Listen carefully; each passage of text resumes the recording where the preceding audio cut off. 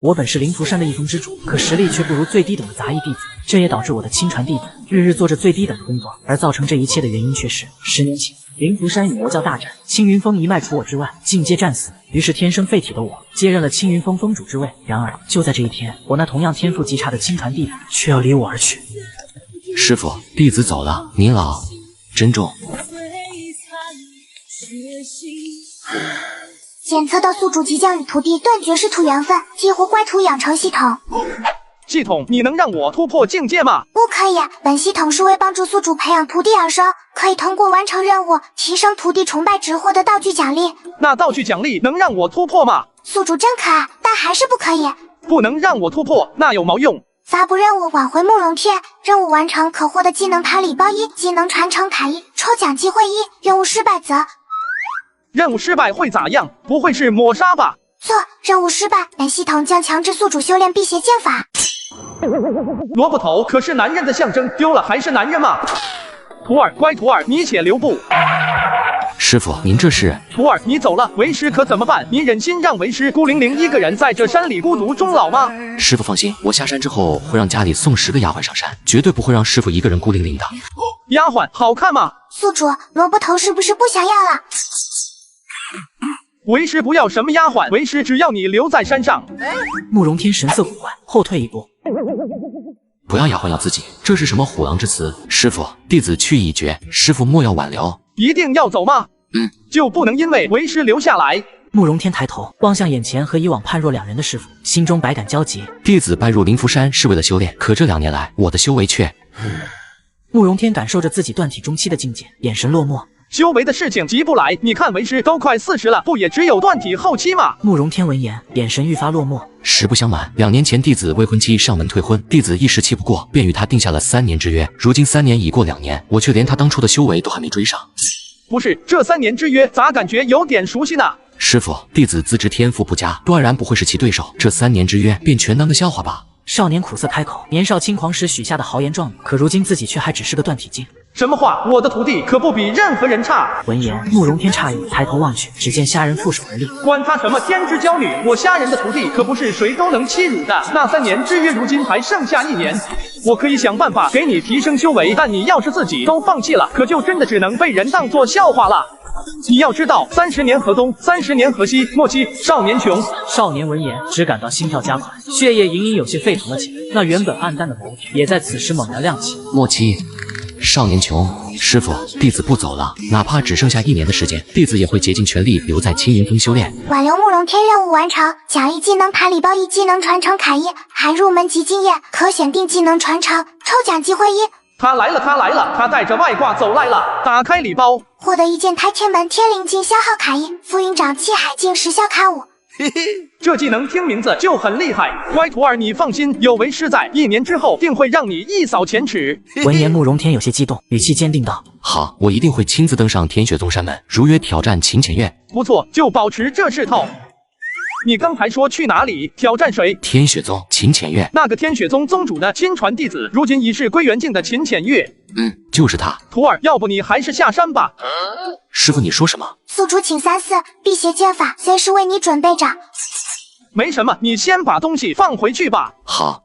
怎么办？如果慕容天看不到突破的希望，他还是会下山，到时候萝卜头可就保不住了。与其没了萝卜头，还不如拿块豆腐撞死算了。宿主，你还有一次抽奖机会哦。对了，还有一次抽奖机会，系统快抽奖！恭喜宿主获得3品炼药师经验，额外赠送2品断体丹10枚，3品吸髓丹单方1份。系统，你爸是不是姓马？请宿主不要开玩笑，萝卜头不想要了。行，你狠，本好汉不跟小系统斗。而就在虾人脑中涌入大量炼药知识之时，不远处，少年屁颠屁颠的跑了过来，满眼放光的望向虾人。师傅，接下来弟子要怎么修炼？为师接下来要传你一式剑法，带你修至大成，能劈天裂地，纵9州10域。慕容天望着只有断体后期的师傅，目露怀疑之色。你不信？慕容天没有说话，但此时的表情已经出卖了他的想法。徒儿，为师今日传你一剑，此剑可开天门。恍惚间，慕容天仿佛看到一道身影立于虚空之中，剑气纵横3层以上，天地也在此时被你颤抖。待少年回过神时，他深深看着眼前负手而立的白衣中年，清风吹起了他的衣角，带动他鬓角的两缕银丝，显得那么出尘飘逸，高深莫测。弟子多谢师傅受剑之恩。可此时站在悬崖边的虾仁却面色惨白。特喵的，系统你也没说用传承卡会消耗这么大的精力，简直就像在红灯区挨家挨户做了家访一样，险些没给我抽干喽。慕容天崇拜直加3把，当前崇拜等级3，获得特殊驻颜丹3，可逆斩苍了。给这玩意儿有什么用？难道是系统觉得自己长得帅，要是就这么老了，有些可惜。随后虾仁取出一枚驻颜丹，将其送入嘴中，下一秒，眼角的皱纹以肉眼可见的速度迅速散去。虽然依旧还是中年模样，但却多了几分道骨仙风之意。徒儿起来吧。随后虾仁取出一瓶丹药，放在其手上。徒儿，这里有10枚断体丹，你且拿去服用炼体，争取早日破境。多谢师傅。慕容天望着丹药，又想到脑海中那道前所未见的剑法，这也是他上山2年来第一次看到些许希望。慕容天崇拜直加30。可就在此时，山路上忽然响起一声叫骂声：“慕容天，你给我滚出来！”杂役弟子为了偷懒，近日驱使亲传弟子做苦力，然而今日却因亲传弟子死罪抗敌，惨遭宗内执事破口大骂，于是满腔怒火的他来到亲传弟子门口。慕容天，你给我滚出来！而慕容天听到此话，小心翼翼地望向脸色难看的师傅。师傅莫怪，弟子这就去。站住！我这2年之所以没有管你，只是想让你磨练心性，如今磨练的差不多了，你便只需好好修炼。随后虾仁取出一个卡片，将其约束，虾仁一力气海耶稣的气息自虾仁体内。灵气外放，这不可能！虾仁竟然突破到气海境了。我表哥是执法堂的王虎，你敢对我出手？滚回去告诉你上面的人，慕容天乃是本座亲传弟子，岂容尔等呼来喝去，再有下次，休怪本座无情。这还是那个一向软弱的青云峰峰主吗？你怕不是忘了，按照宗门规定，慕容天去年门派大比垫底，那可是要被逐出宗门的，他根本没资格留在灵符山。我让他做杂役弟子的事，是给他机会。既然你敢对我出手，那我现在就将此事上报给执法堂。废物峰主和废物徒弟罢了，动不了峰主，我还动不了徒弟吗？你给我等着！门派大比垫底，还要被逐出宗门，为什么原主的记忆中没有此事？师傅，那人的表哥是执法堂的人，已是气海境中期实力，您不怕？他不过区执法堂弟子，难道还敢跟我这个峰主叫板不成？可王虎他是执法堂堂主的亲传弟子，堂主的身份地位比师傅您高。徒儿，下次这种事还是一次性说完的好。执法堂堂主李岩，那可是有地灵境后期的实力，一件开天门的技能卡，不可轻易使用，看来只能找他帮忙了。随后虾仁取出一枚驻颜丹，你去把这个东西交给柳峰主，请他过来一趟。师傅，这里面是什么？一枚能让女人青春永驻的丹药。与此同时，青鸾峰柳云庆看着自己脸上那一条细细的皱纹，心中叹气：不入上3境，终是幼体凡胎，无法逆转衰老。峰主，青云峰虾长老差弟子送来衣物。闻言，柳云庆眉头一皱，想到那如狗皮膏药一般的虾仁，心情愈加烦躁。不收，送回去。是。然而就在此时，一股浓郁的丹香飘入柳云庆鼻中，竟令地灵境后期的他也为之一震。能够有如此丹香，最低也是5品丹药。回来，将东西拿给我看看。而当柳云庆看着手中的丹药时，心中不免升起一丝疑惑。驻颜丹，虾仁一个断体后期是怎么得到的？随后便将丹药送入口中，刹那间，浓郁的药力涌入4肢百骸，滋养其肉身。仅仅几个呼吸，整个人俨然年轻了10岁。把慕容天带过来。不多时，慕容天就出现在了柳云庆面前。那枚丹药不错，你师父是从哪里得来的？此丹乃是家师去那极北之地，历经千辛万苦，九死一生，险些被土著炼成人棍才得来的。这一路上，家师一心想着柳峰主，所以咬紧牙关，纵使面对无数险境，却依旧不退。满口胡言，极北之地，纵使地灵境武者去了，都不可能全身而退，更何况一个小小断体后期，不过1名断体期竟能拿出5品丹药，都不知道他付出了多大代价。如此看来，相比其他那些使用下三滥手段的人来说，他之前明目张胆的追求，要显得君子得多。替我告诉你师父，东西我收下了，以后若有什么困难，尽可来找我。闻言，慕容天心中狂喜，随后佯装自责之色，犹豫片刻。既然如此，那晚辈就告退了。而柳云庆见此，不由柳眉微蹙。青云峰是不是遇到什么事情了？都是晚辈的错，牵连了师傅。随后他把刚刚发生的事情讲述了一遍，而柳云庆听闻，面色微沉。为什么不早跟我说？您素来不喜欢师傅，所以师傅不愿麻烦柳峰主，还特意叮嘱此事不能跟您说。闻言，柳云庆微愣，叹息道：走吧，我随你一同回青云峰。多谢峰主。而此时的青云峰却迎来了2位不速之客。执法堂堂主李岩，他竟然亲自来了。这家伙当初也是柳云沁的追求者，此次前来怕是来者不善。虾峰主好大的威风，竟敢动手打我执法堂的人！一个杂役弟子，目无尊长，就该被教训。杂役处的人也轮不到你来教训。若真要说教训，你那个弟子入门2年不思进取，连续2届大比垫底，你不去教训他，反而去教训杂役处的人。闻言，虾人皱眉，记忆中慕容天并非是不思进取，反而无比勤奋，但奈何天赋极差，修行2载，至今不过断体中期。今日本堂主是来告诉你，那个慕容天现在就可以下山了。依照宗门规定，他没资格留在灵符山。若非青云峰有功劳在前，就连你也没资格待在此处。虾人面色难看。自那场大战以来，宗门就未发放给青云峰任何资源，只是偶尔有掌门和其他峰主念及旧情送一些东西罢了。当初是你收了慕容家的礼，又不愿收慕容天为徒，将他放入我青云峰，现在又要把他赶下山，此等行为怕是过于无耻了吧？话音落下的瞬间，一股恐怖的威压瞬间将虾人笼罩，连夜赶走了宗内外，又被执法堂主找上门来，不仅叫嚣着赶我出宗门，下一秒硕大的拳头更是出现在了我面前。然而正当我准备出手时，一道剑鸣忽然响起。李堂主公然对一位峰主出手，恐怕有所不妥吧？柳峰主误会了，虾人挑衅宗规，我不过是秉公执法罢了。虽然慕容天2年大比垫底，但他是峰主亲传，这宗规用在他身上似乎并不合适吧？虾人虽然有一个峰主的身份，但却并无这个资格和实力。宗门上下谁又真的把他当做峰主？所以他的徒弟就理应被逐出山门。依你所说，我要如何才能证明我有资格做这个峰主？很简单，要么你突破到归元境，要么1月之后的门派大比，让慕容天进入前10。恭喜宿主触发任务，帮助慕容天成为门派大比第1，奖励5品炼药师经验1，归元境技能时效卡5，地灵境技能消耗卡1。闻言，虾人心中一喜。好，我答应你。虾人，你……柳云沁皱眉，有些不解地望向虾人，而虾人则是目光如炬，紧盯前方诧异的李岩，语气凌厉。但前世太没有挑战性了，我虾人的徒弟要争就要争第1。我没有听错吧？一个断体中期的废物，竟然想在1个月后的门派大比拿第1，那要是做不到呢？做不到，我跟他一起离开宗门。闻言，慕容天望向目光坚定的虾人，鼻尖微酸，心中大为感动。崇拜值加100，当前慕容天崇拜等级4，获得抽奖机会1。好，届时你们要是还赖着不走，休怪我把你们丢下山。我们走。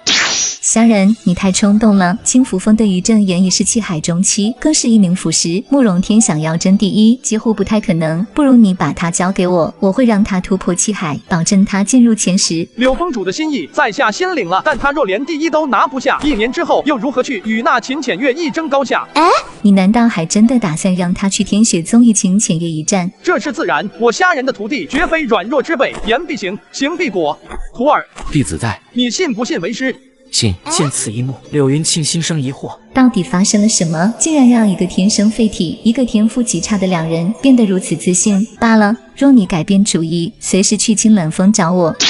而此时的虾人则是拿出一份洗髓丹的药材清单，递到慕容天手中。师傅，这些药材我家里多的是，我直接差人送来便好。随后他便屁颠的去准备药材。系统抽奖，我愿用我徒儿10年寿命换个金。恭喜宿主获得传承功法无双御剑诀。没想到随便抽就出金了，看来我果然是气运之子。系统，快让我修炼。宿主是天生废体，无法修炼。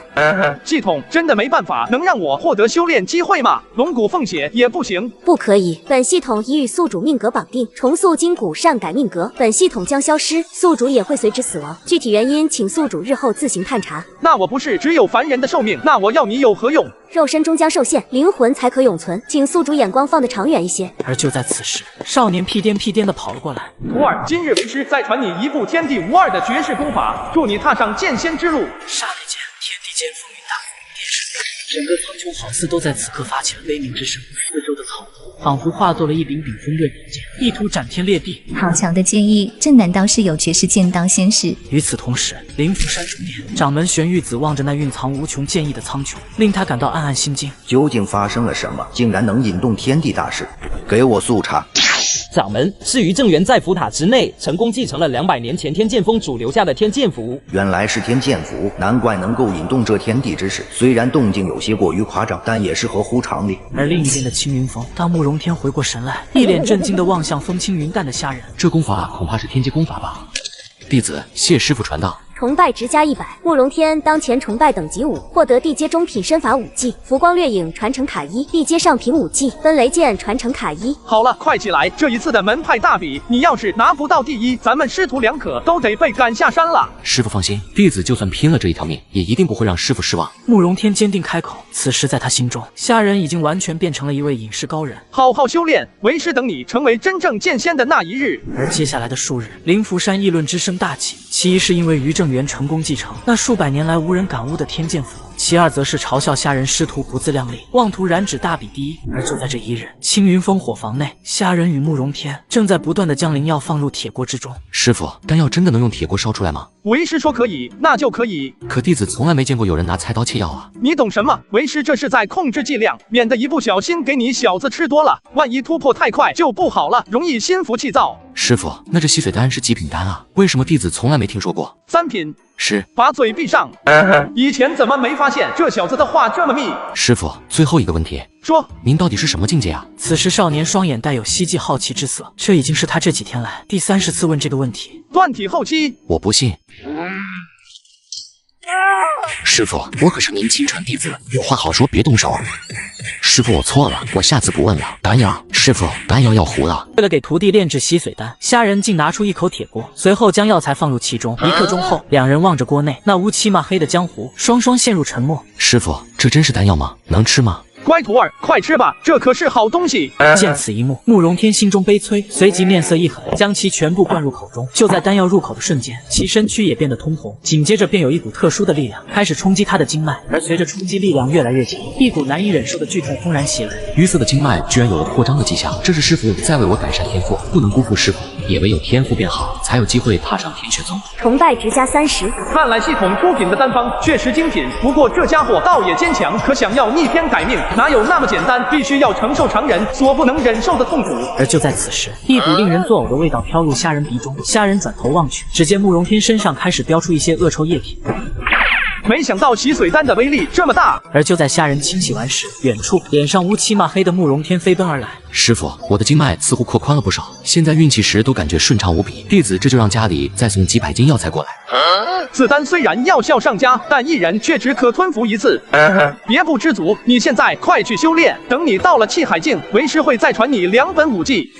难道是跟一剑开天门一样厉害的剑法？别想太多了，只不过是地阶上品和中品而已。这可是地阶功法，到师傅这里竟然变成了只不过，何而也？崇拜值加20。抓紧修炼，距大比只剩20天的时间了。为师现在去外面给你打听一下你那些对手的情况。宗门大比这么大的事件，宗门肯定有人开盘了。如果压徒弟赢，绝对能爆个大冷门。看来要找他借点钱。与此同时，青鸾峰于正元在气海中期本就近乎无敌，如今又掌握天剑符，恐怕连气海后期都有一战之力。罢了，驻眼丹如此珍贵，他都愿意给我，区区的阶5技，便赠他1本吧。飞霜，你将这净月掌送去青云峰，交给慕容天。师傅，这可是地阶下品武技，如此珍贵之物，你不必多言，你且将此物送去便可，顺便助他修炼。是。而就在林飞霜离开之时，虾仁就出现在了柳银器面前。当得知虾仁只是前来借钱，眼中失望之色一览无余，随后拿出10万金递到虾仁手中。而另一边，林飞霜看着眼前突破到气海境的慕容天，心中略有惊讶。短短10天，慕容天就从断体中期突破到了气海境。林师姐，你怎么来了？给你，这是我师傅传你的武技。净月掌，才地阶下品。闻言，林飞霜微愣，清风吹过他鬓角青丝，令他看上去颇为凌乱。什么叫才地阶下品？整个灵符山都没有几本地阶武技的好吧？为何这么珍贵的东西到慕容天嘴里变得如此不值一提了？师姐，柳峰主的好意师弟心领了，但师傅已经传了不少东西，开什么玩笑？师傅要传的东西最低的都是地阶中品，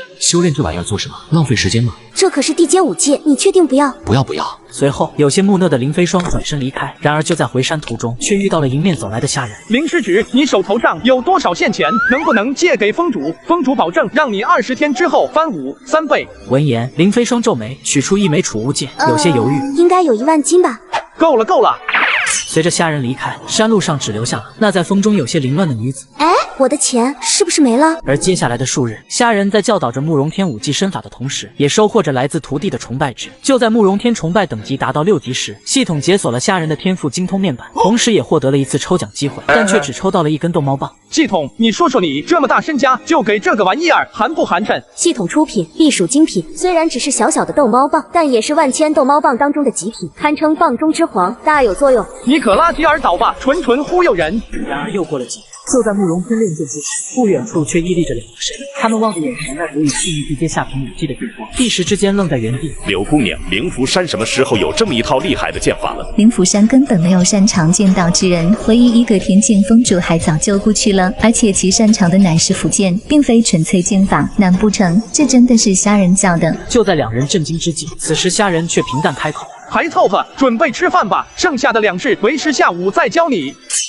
还有2式，这难道是地阶上平武技？师傅，弟子不饿，弟子还能继续练。你要记住，无论是练剑练武，皆讲究松弛有度，滴水穿石，非一日之功，唯有劳逸结合，才能日渐精进。远处，柳云庆和萧傲海听到此话，暗自点头，因为他们发现此时慕容天的体力已经达到了极限，如果再强行修炼，反而会伤其经脉。没想到虾仁竟然看得如此仔细，竟能牢牢抓住后者极限之势，让他去休息，多1分不多，少1分不少。柳姑娘，虾仁他真的只是一个断体后期吗？真的？我不信。大比在即，虾峰主倒是好生惬意，难道一点也不在乎去留吗？虾仁见此，有些疑惑地望向柳云庆。这位是镇南王，在下见过镇南王，这人竟然是那手刃过乾坤境强者的镇南王。不过他怎么来了？本王冒昧到访，还望峰主海涵。刚才那剑法真是你教给慕容天的？是我教的。这剑法你是从哪来的？捡的。怎么捡的？山里有座庙，庙里有个老和尚和小和尚。老和尚有一天传了小和尚一套剑法。听着虾仁随口编造，柳云庆陷入沉默，也知道自己刚才激动之下问了不该问的话。抱歉，所以你不让我传慕容天剑乐掌，是看不上区区的阶下品了。既然有这剑法，为什么不早说？害我为你们师徒2人操心这么多天。不是柳峰主你想的那样，其实是我这徒儿比较擅长修剑，再练掌法的话，只怕会分身乏术。当真如此？真的。随后虾仁望向镇南王，王爷怎么来灵符山了？还上我这青云峰？本王是想问一下虾峰主，那驻颜丹是何人所炼？不知道还有没有？闻言，虾仁挑眉看了一眼柳云庆，神色有些为难。那丹药是沈某花费了大代价才得来的，仅有1枚罢了。闻言，柳云庆美眸微动，想到如此珍贵的丹药，虾仁竟随意赠给了自己，不由得心中泛起淡淡涟漪。那倒是可惜了，本王还想用重金买上1枚赠予媚人的。重金有多重？金钱倒是没有多少，不过地阶下品灵气或者其余的天材地宝、符箓阵法，只要本王能拿出来，定然不会少。地阶灵气，这可是真正宝物，有价无市。那驻颜丹也不是没有，要是王爷不急的话，便再等上几日，等在下再炼1枚出来就有了。闻言，两人望着只有断体后期的虾仁，脸色狐疑。虾峰主莫要开玩笑，此丹至少也是5品丹药。王爷放心，1枚驻颜丹而已，过几天定然双手奉上。这胸有成竹的样子，难道这家伙真的能炼丹？如此，那便拜托虾峰主了。本王会在灵符山待上好一段时间，顺便凑凑贵派大比的热闹，短时间不会走。好说好说，等丹药炼出来，第一时间就送给王爷。要是他真的能以断体境的精神力炼制出5品丹药，估计连北辰谷主对药道的理解都比不上他。若他真是这等奇人，晴雪的毒又何愁无法解决？15岁天才少女从不修炼，可修为却在缓慢增长。然而每到突破时，却要将修为散去，只因她从小就身中尸骨之毒。若是突破到归元境，便是其身陨之时。就连男爵于药道第1人药王谷谷主也只能压制此毒。可随着时间流逝，此毒竟有一丝不可压制的迹象。于是他根据药王指引，来到灵符山，来寻那拥有地阶至柔至善功法之人，为自己压制此毒。可就在他刚刚到达灵符山时，尸骨之毒却忽然爆发。完了，这不会是兔子的吧？姑娘，我没钱，你别这样。但很快，他便发现了不对劲。只见少女那原本娇嫩的红唇，此刻却变得无情起来，眉头紧蹙，似是在忍受着莫大的痛苦。不对，这是中毒了。随即，慕容天将少女扶起，手掌抵在其背后，随着无双御剑诀的运转，顷刻间，霸道的灵气骤然散发出嗡鸣之音，仿若化作了无数剑气。而随着这强大的剑气扩散，竟令少女体内的毒素瑟瑟发抖，随后渐渐隐藏了起来。随着毒素退去，少女也在此刻缓缓张开眼睛。姑娘，你没事了吧？多谢公子相救。你体内的毒素还未彻底清除，要不要去找我师傅看看？少女闻言，眼底略显黯淡。不必了，我身上的毒已经看过很多炼药师了，连北辰前辈都说治不好。那些庸医又怎能与我师傅相提并论？我师傅药道造诣高着呢，只要他愿意，你这毒绝对算不了什么。庸医，世上敢说堂堂药王是庸医的，怕是只有他一个人了吧？你师傅是个很厉害的炼药师吗？那当然，我以前经脉淤堵，天赋差得出奇，是师傅他老人家炼了1枚吸髓丹，帮我改善天资，不然我现在都还只是断体境呢。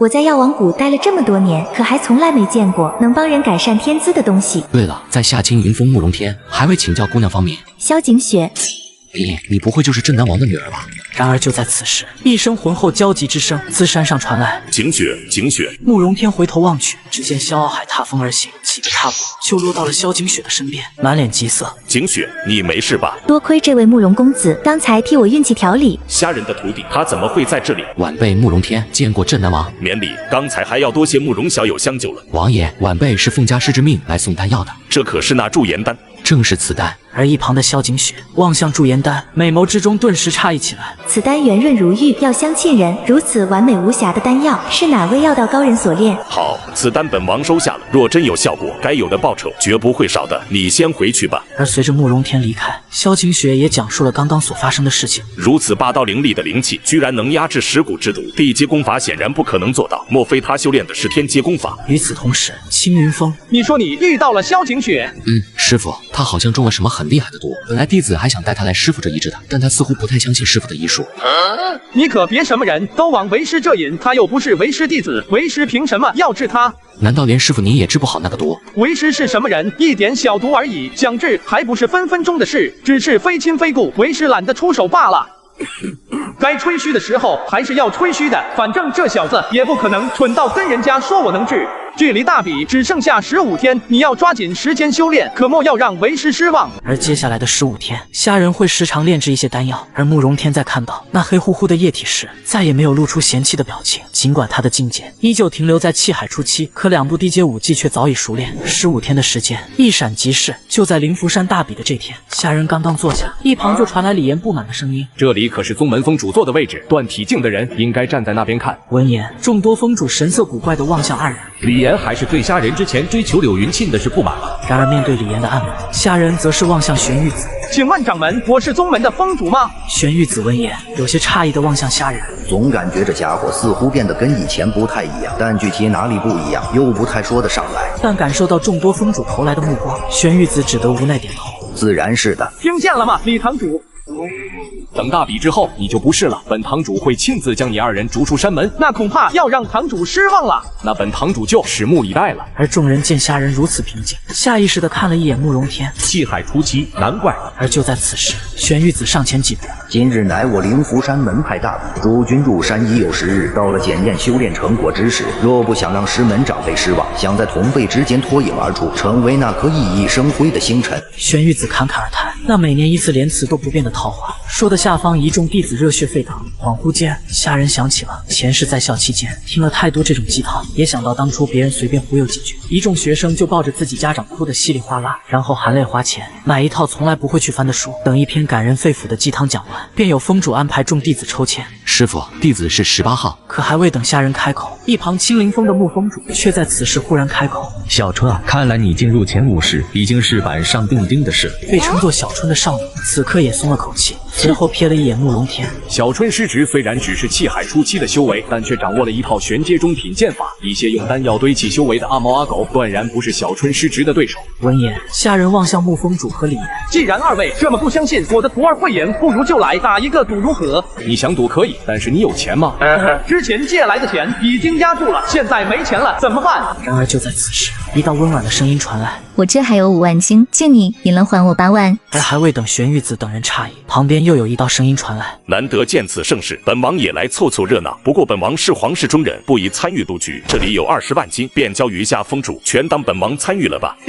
”25万金，二位接不接？闻言，两人对视一眼，当即点头。接，既然有人急着送钱，哪有拒之门外的道理？这个废柴少年有多懒，整整一天却只修炼23小时，可仅仅修炼1个月，却要挑战宗门大比低。然而刚刚抽完签的他，就遭到宗内峰主嘲讽：“小春啊，你对手是他，看来进入前50已经板上钉钉了。那些用丹药堆砌修为的阿猫阿狗，断然不是小春师侄的对手。”而虾人闻言，当即借来25万金。既然二位不相信我的徒儿慧眼，不如就来打一个赌，二位敢不敢接？接，既然有人急着送钱，哪有拒之门外的道理？闻言，虾人转头望向慕容天：“去吧，下手轻一点。”放心吧，师傅，弟子有分寸，不会伤到师妹的。可就在慕容天上台之时，周边却传来了幸灾乐祸的声音：“你看，那个慕容天第一个对手，竟然是小春师姐，真可怜。”是啊，小春师姐的飞羽剑，那可是玄阶中品武技。小春师妹，钱。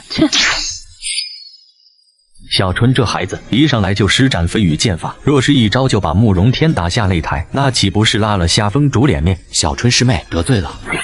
就在长剑出鞘的瞬间，一股闷雷之声也随之传来。什么情况？那个慕容天一剑斩飞了小春师姐。他什么时候突破气海境的？他刚才的剑法难道也是玄阶中品武技？随着惊呼声四起，此时的慕容天已经回到下人身边。师傅，弟子信不如命。哎呀，为师不是跟你说了，下手轻一点吗？怎么一剑就给人挑飞了？你这让沐风主的面子往哪里搁？李堂主、沐风主，你们不会想当着掌门和王爷的面赖账吧？二人闻言，脸色顿时无比阴沉。25万金罢了，给你便是。嘿嘿。都说什么杀人放火金腰带，可哪有这样来的轻松愉快？不过玄阶中品剑法罢了，虽的确不俗，但也仅此而已。等我徒儿王虎下一场，会让你知道什么才是真正的武技。可就在此时，下方突然传来一声惨叫，虾人转头望去，只见一名弟子口吐鲜血，躺在王虎面前。而相比此处的惨状，另一边怎么可能？于师兄竟然连灵气都没动用，仅仅靠着精神力吹动风符形成的屏障，就轻而易举将斩击给挡下来了。此时于正元负手一力，任由无数斩击落在屏障之上。结束吧。多谢于师兄手下留情。于小友的精神力竟如此强悍，他是已经摸到3品符师的门槛了吧？有此符师境界加上天剑符，气海境之内恐怕已无敌手。闻言，郑三山望向于正元，满意之色溢于言表。如今看来，他是连王虎也不是其对手，这大比魁首已定。那倒未必。以本王来看，慕容小友的剑艺不俗，若夏风主传授慕容小友的武技不差，未必没有取胜的希望。一个断体后期的武者，我灵符山一抓一大把。要是这样的人能教给慕容天什么厉害的武技，我李岩的名字倒过来念。严李堂主此话可说不得，名字乃父母所取，严李堂主轻而易举要将其改而换之，岂不是不孝？严李堂主要三思啊！休要逞口舌之力，待会慕容天那小子的对手是我，待我将他打下擂台，我倒要看看夏风主是否还有脸待在星陨峰。慕容天闻言，眼神锐利，望向王虎，拭目以待。什么时候虾人师徒二人变得如此自信了？王虎可不是普通弟子，虽然比不上于正元，但也绝非其他弟子可比。不多时，擂台上的鼓声便再度响起。跟我走吧，师傅，弟子去了。去吧，3剑之内赢不了，别说是为师教你的剑法，丢不起这个人。师傅放心。话落，慕容天眸光坚定，毅然转身走向擂台，而旁边的萧景雪目光好奇地望向那走向擂台的少年。父王，您觉得慕容公子真的能赢吗？夏风主的徒弟又岂是那么简单？此一战，你且看好便是。我今天是不是还没睡醒？为什么萧傲海第一次来灵符山就对虾人师徒有这般高的评价？王师兄，请教。上来就催动2道呼应，他是想飞了慕容天吗？然而，就在2道人面到达慕容天身前时，慕容天却丝毫未动。这废物是吓傻了吗？剑不拔也不躲，肯定是吓傻了。这一拳下去，没有3、5个月都下不了城。不对，玄玉子望向下方，皱眉的面色忽然严肃了几分。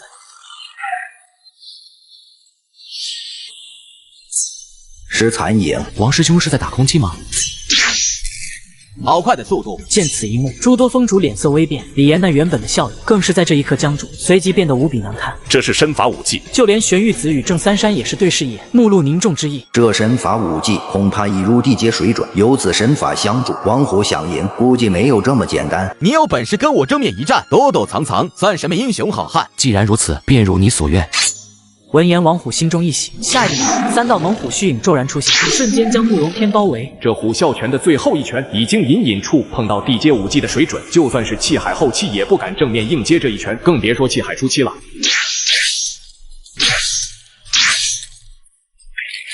见此一幕，李岩面色巨变，死死盯着擂台之上的那持剑少年。承让。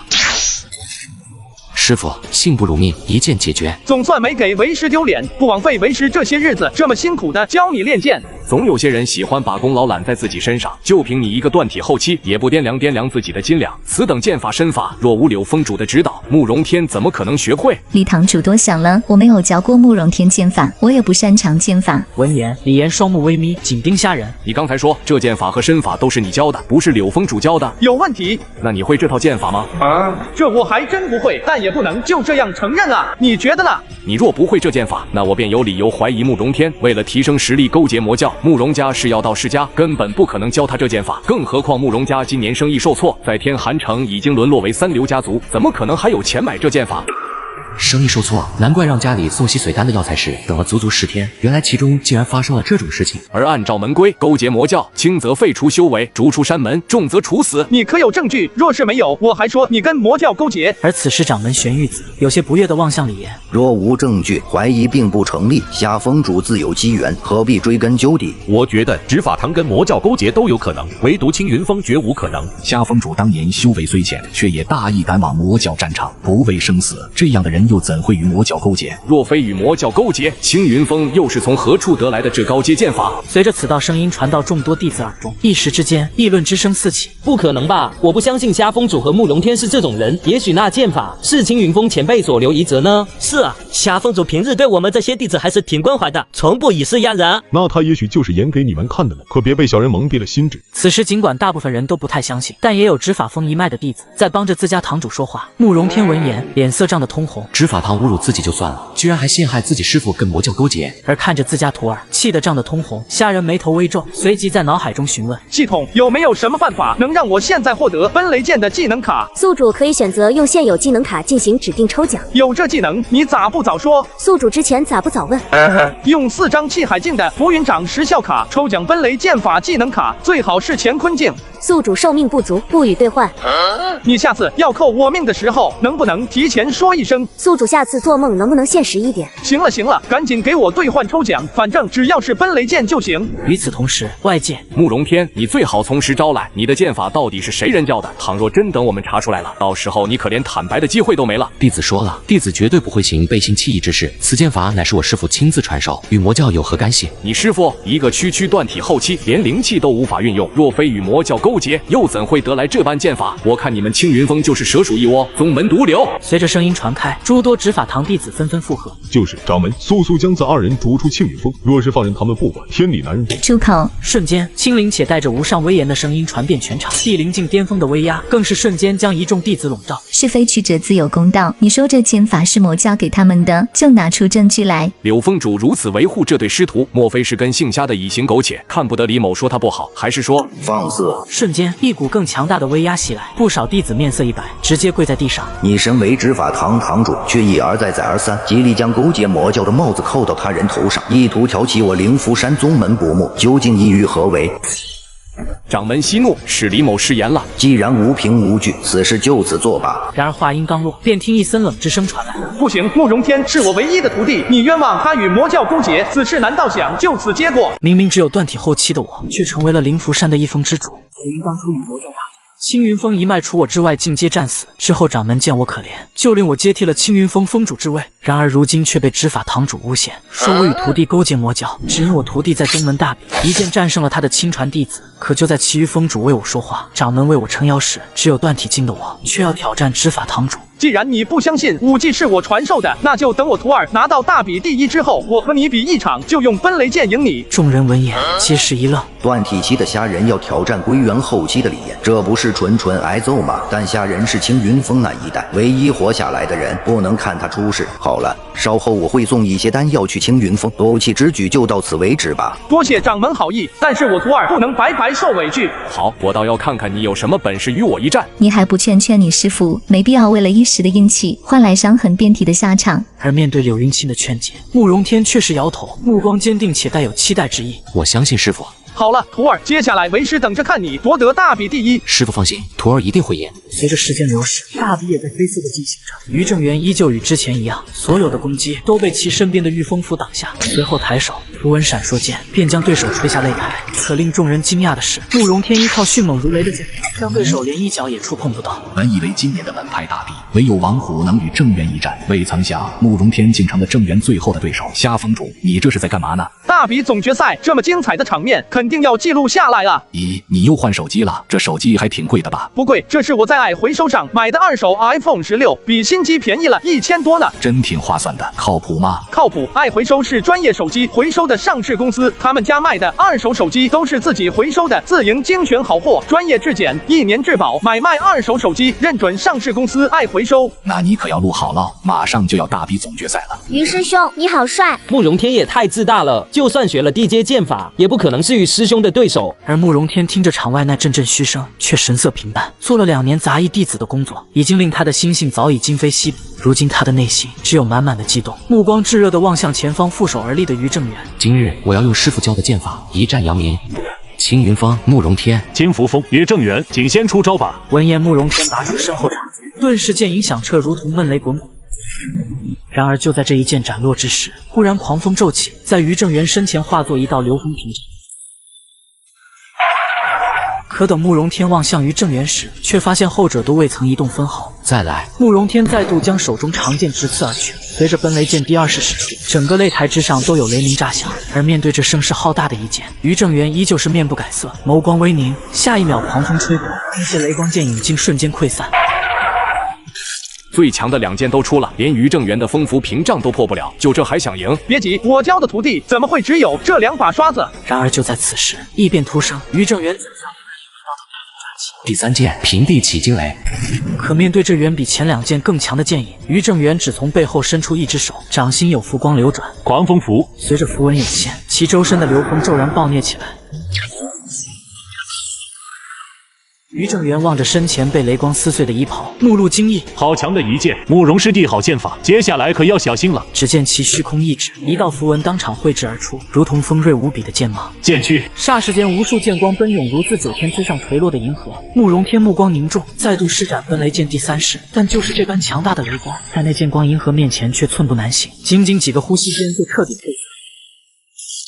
慕容师弟，认输吧！你若与我同进，或许还能靠着地阶剑法与我一战高下，但你只是气海初期罢了。见此一幕，清西峰的赵成峰主却是忍不住擦了擦那脸颊不知何时滑落的冷汗。好险！要是真叫虾仁赢，自己岂不是要输给虾仁50万金？结束了。可就在此时，玄玉子却忽然严肃开口：“不，慕容天似乎还有一剑。”众人闻言向下望去，只见慕容天将长剑横于胸前，似在酝酿什么。而于正元见此，不由皱起眉头，面色凝重。只因他能感知到前方有一股强大的剑意在汇聚，甚至连天剑符都受到了牵引。就在此时，天地间忽然有嘹亮的剑影响彻虚空。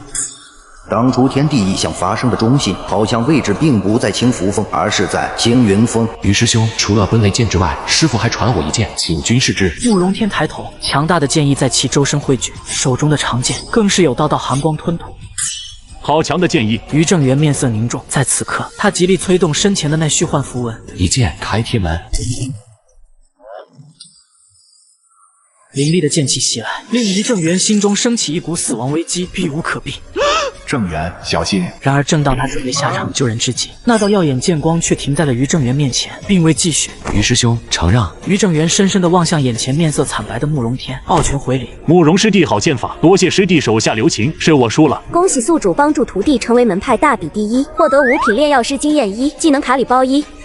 爽！然而就在此时，玄玉子却满脸凝重。天阶武技，整个大安朝就只有1本。惊天大比之势一旦流传出去，恐怕会招来各种麻烦。夏峰主，刚才慕容天施展的那一剑是从何而来？前些日子游历极北之境遇到的一位强者所传授的。什么级别的强者？具体是什么境界我也不知道，不过那时我亲眼所见，他一直点出虚空悲鸣，神通无数，能撼动虚空，使用神通之力，那至少是上3境当中的涅槃境，而上3境的强者，整个大安朝都没有一个。那位强者当时与我一见如故，把酒言欢，更是寻了一处桃园结义，他做大哥，我做二弟，还说过段时间就会来南绝域找我。若是虾仁背后有一位涅槃境的强者，就算此次大比的消息流传出去，那些心怀不轨的人想来灵符山也得掂量掂量自己。胡编乱造之事，你们也相信？严礼堂主，既然大比试了，现在该轮到你我之事了。为了给徒弟出气，我竟以区断体境挑战宗内之法堂主，只因我徒弟在宗门大比一剑战胜了他的亲传弟子，随后便以我是断体境为由，诬陷我们为了武技勾结魔教。可当我看到徒弟被气到脸色涨红时，终是决定不再隐忍。既然你不相信武技是我传授的，我就和你比一场，就用奔雷剑赢你啊！既然你如此要求，岂有不奉陪的道理？我堂堂归元境，还怕你一个断体后期？走吧，上擂台。然而正当虾仁准备下场之时，旁边却传来一道轻柔之声：“他在归元境停滞多年，已有半步地灵境的实力，你若要打，小心他调动大地之力。”虾仁闻言微微一愣。柳峰主这是在关心我吗？啊！闻言，柳云庆皱眉，并未答话。不过是半步地灵境而已，我虾仁有何惧哉？话落，下人转身离去。当路过慕容天时，顺手取走其背后长剑。徒儿且看好了，就让为师来教教你什么才是真正的奔雷剑。闻言，少年清澈的眸子此刻尽显期待之意。别说我欺负你，我先让你3招。这可是你自己说的，我可没要求你。我就站在这里，你尽管出剑便是。随后，只见一缕缕褐黄之气自他脚下浮现，在他身旁汇聚成一道无形屏障，恍若山岳重叠，坚不可摧。而这正是那地灵境强者才能掌控的大地之力。下人见此一幕，随后取出奔雷剑消耗卡，将其捏碎。刹那间，一股强大的力量自体内蔓延到四肢百骸。随后，下人一步踏出，强大的力量竟使得擂台直接破裂。什么情况？一个断体后期，竟一脚把铁青石打造的擂台踩爆了。然而就在眼里愣神之际，一道剑光如雷云盖顶一般袭来。眼里唐土站稳了。顷刻间，那刚由大地之力凝聚的护盾竟瞬间破。经验我可要记录下来。徒儿，换我这个吧，抗摔耐造，像素也刚刚的。师傅，这手机不是很难买吗？是很难买，但是我左下角能免费领，里头不仅有华为 Mate 70 Pro 和苹果16 Pro Max， 还新加了一批华为3折叠，一天1000台，随时补货的。可是左下角不都说是骗人的吗？我左下角是10倍加速链接，和别家假福利游戏不一样，是我亲自试过，能领才推荐的。不信你试试，看不到领取界面，直接卸载就行。粉丝群很多人都领到了，我现在就去试试。虾仁，你是什么时候突破的？我没突破啊，我就是断体后期。难道眼里堂主想反悔，不想让我3招了？闻言，眼里面色铁青。 3招就3招，你还有2招的机会。随后便再度凝聚大地之力，之后又拿出一套玄阶中品防御宝甲。来，继续。太无耻了，竟然还拿出防御宝甲！徒儿看好了，奔雷剑第2剑吹身。随着虾人一剑刺出，强大的毁灭之力化作雷霆袭向眼里。 当烟雾散去，其身上的宝甲也变得暗淡无光。可还未等他反应过来，便听一森冷之音传来：“奔雷剑第3剑，平地起惊雷。”刹那间，一道道雷接连轰击在眼里。虾人，你找死！倒海印。 饰演李堂主的成名绝技，还融合了大地之力，威力之强令人发指。这一下家风主要如何应对？ 奔雷剑第4剑，雷击穿云破。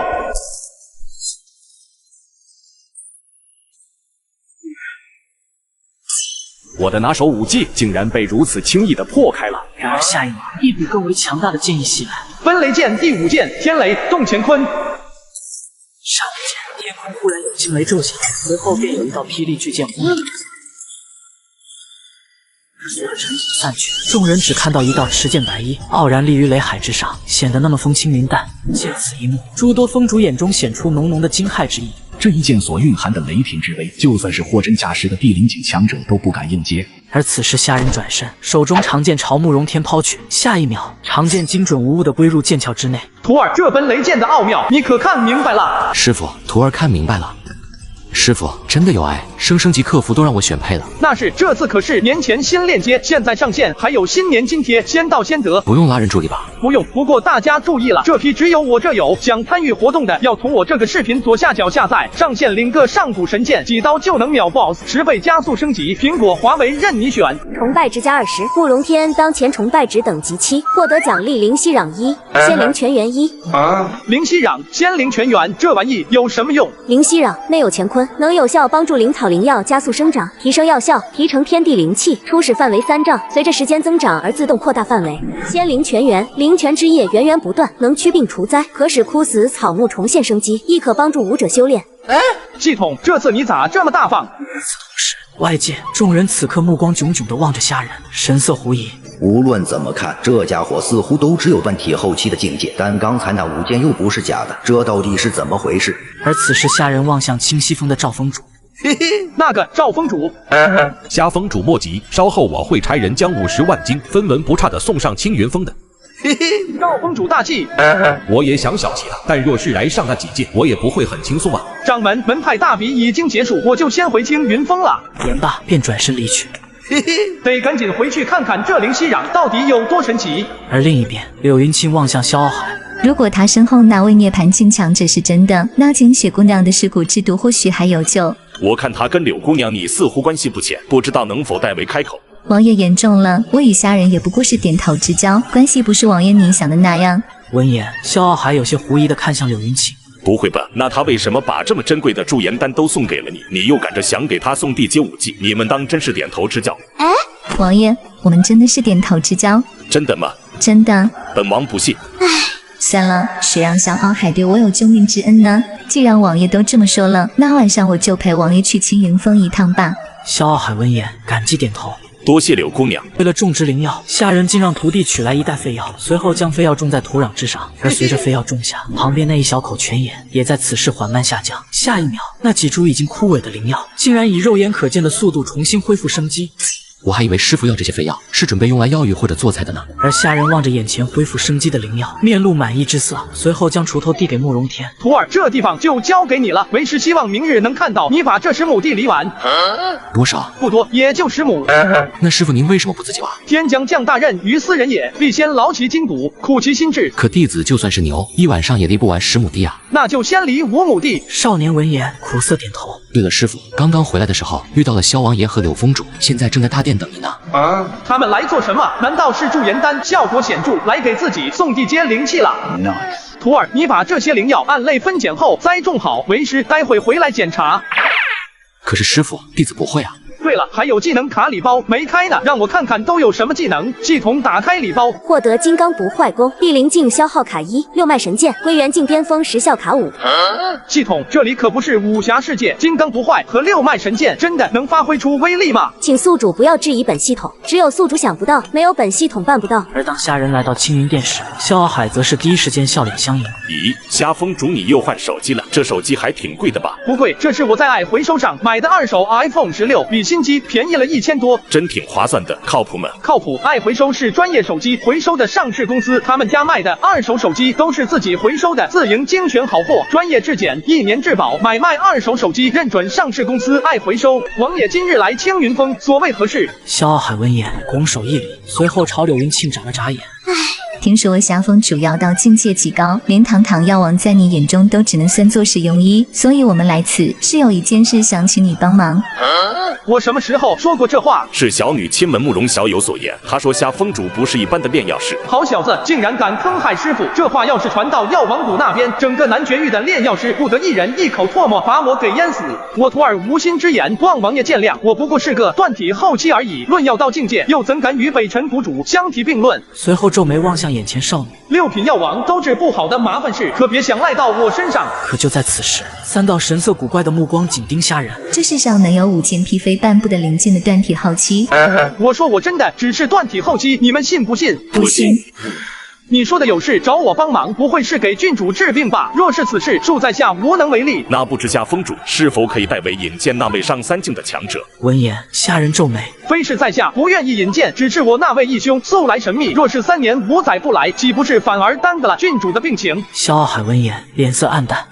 既然如此，那便不多叨扰了，告辞。王爷慢走，好险，差点又接手一个烂摊子。慕容天的3年之约都没完成，要是再多个给萧晴雪治病的麻烦，我还不得愁死。可就在萧傲海等人刚走出青云殿时，就看到站立在一旁的慕容天，而慕容天见此，目光微亮，随后上前行礼。王爷，柳峰主，慕容小友，可有何事？是这样的，素闻郡主在药王谷多年，我有一件事想请郡主帮忙。慕容公子但说无妨。紧接着，慕容天便将想请他帮忙分拣灵药的事情说出，而后者闻言略有诧异，但出于好奇，便随慕容天来到后山药田。但当他看到那几株生机勃勃的灵药时，美眸一愣。这是慕容公子刚才拿回来的废药吗？是啊，师傅让我把灵药分类种好，可我又不懂灵药，所以才想请郡主来帮忙。种植废药。萧晴雪闻言，秀眉微蹙，随后低头望向眼前这片土地，最后捻起一片黑土。 放到鼻尖轻笑，可当他感受到这土里所蕴含的磅礴生机之力，大感震惊。这药田竟比药王的药田还要肥沃，可就算再如何肥沃，也不可能栽种废药啊！难道此间药田别有一番玄机？还是说虾峰主要道造诣非凡，能将已经濒死的废药救活？就在他皱眉思索间，目光偶然落到旁边的坑洞上，而此时的泉眼却已经干涸，在这一片平整的药田里，显得格格不入。为何要在药田内留这么一个坑洞？不知道，可能师傅没注意吧。我这就帮他把洞填了。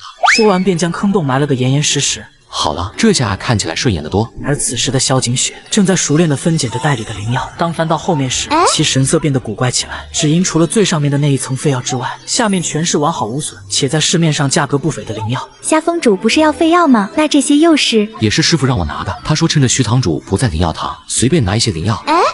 随便。闻言，萧景雪皱眉，还真是随便啊，没有一株50年以下的，而且都很珍贵。也不知道灵药堂堂主知道了这件事，会不会气得吐血？怎么样，郡主能将这些灵药以类分好吗？可以。而在他分拣废药时，慕容天却发现其气色似乎比之前好了不少。郡主体内的毒可解了。闻言，萧景雪眸光微暗，此毒难解，如今只能靠柳峰主的功法进行压制续命了。那要是一直解不掉，郡主会怎么样？不过一死而已。话落，萧景雪微微一笑，虽然笑容坚强，但藏在眼底的那抹暗淡却触动着慕容天的内心。你们今天来也是问我师傅他有没有办法吧？他怎么说？虾峰主背后的涅槃境强者来去无踪，他也没有什么好办法医治我这蚀骨之毒。闻言，慕容天皱眉，师傅之前不是还说萧景雪身上的毒对他来说根本不算什么吗？不过当时师傅好像说两人非亲非故，没必要为他医治而已。肯定是师傅不愿为外人出手，所以借口治不好来搪塞过去。想到此处，慕容天望了眼这偌大的药园，又陷入沉思。要我练剑还行，但照看灵药，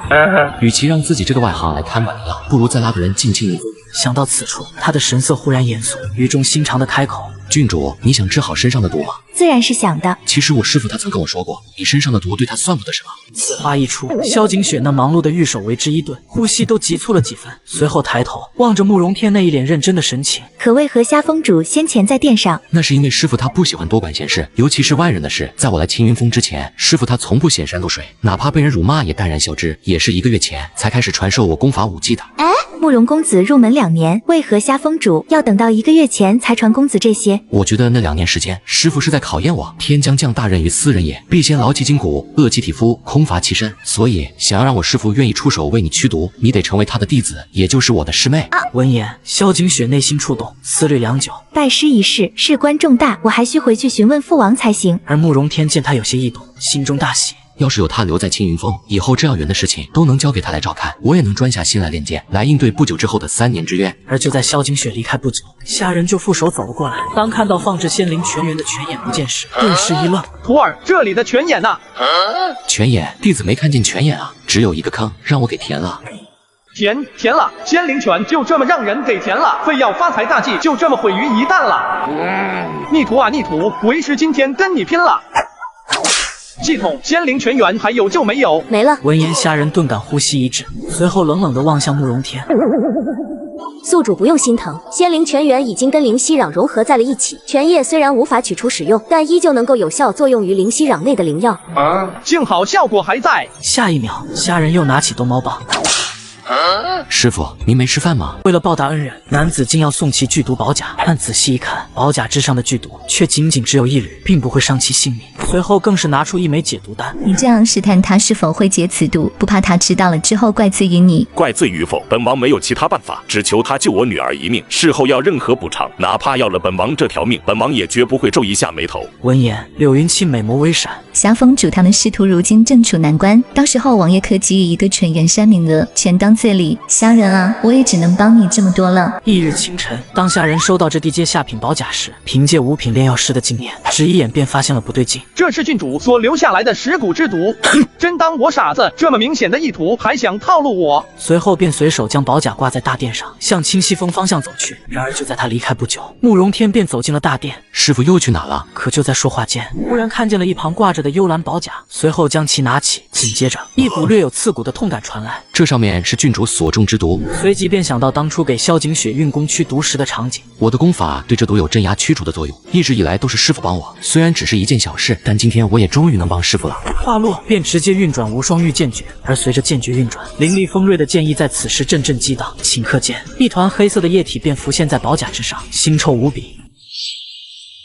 要是让师傅知道我帮他把宝甲上的毒给解决了，应该也会有所奖励吧。而另一边的虾人在清溪峰却碰到了灵药堂的徐堂主。咦，虾峰主里又换手机了，这手机还挺贵的吧？不贵，这是我在爱回收上买的2手 iPhone 16，比新机便宜了1000多，真挺划算的，靠谱吧？靠谱。爱回收是专业手机回收的上市公司，他们家卖的2手手机都是自己回收的，自营精选好货，专业质检，1年质保。买卖2手手机认准上市公司爱回收。虾人，昨天你徒弟去我灵药堂，把我养了好多年的药全给薅走了，此事你又该如何赔我？虾仁闻言，佯装震怒。还有这等离谱之事，徐堂主你且回去等我消息，稍后我便将那逆徒押上灵药堂，听候堂主发落。我不要你那什么逆徒，要么把灵药还我，要么赔我3万金。而就在此时，赵峰主将一枚储物戒递给虾仁。虾峰主，这里是你的50万金。随后看着旁边双眼冒着绿光的徐堂主，瞬间消失不见。而虾仁见此，忽然一愣，便拱手朝着他身后行礼。见过掌门，见过镇南王。徐海随之一愣，随后急忙回头拱手，然而却发现身后空空如也。可再回头时，虾仁却早已不见踪影。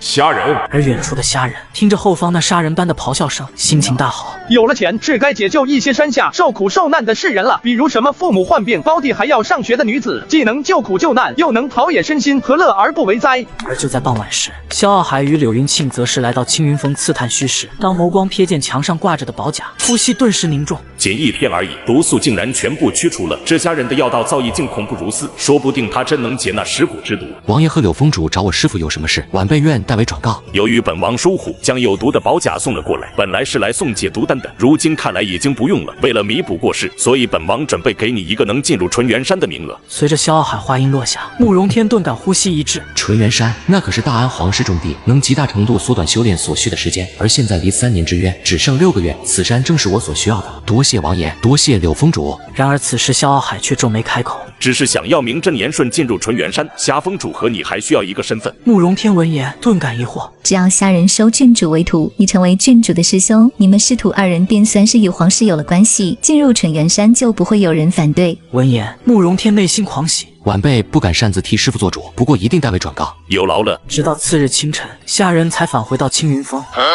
纯元山的名额不收，没空。那尸骨之毒连药王谷谷主都没办法，我又怎么解得了？为什么呀，师父？收郡主为徒，相当于跟王爷交好，与皇室交好。我也想收啊，可慕容天崇拜值不刷满的话，系统就不允许收第2个弟子。硬要收的话，那可是要付出10厘米的代价。为师目前所有的精力都放在你身上，就算要收徒，也得等半年之后。半年时间应该差不多能刷到满级。可慕容天闻言却满眼感动。原来师父放弃收郡主为徒，是想把全部心力放在自己身上。半年之后，不正是自己与秦浅月一战之后吗？崇拜值+3。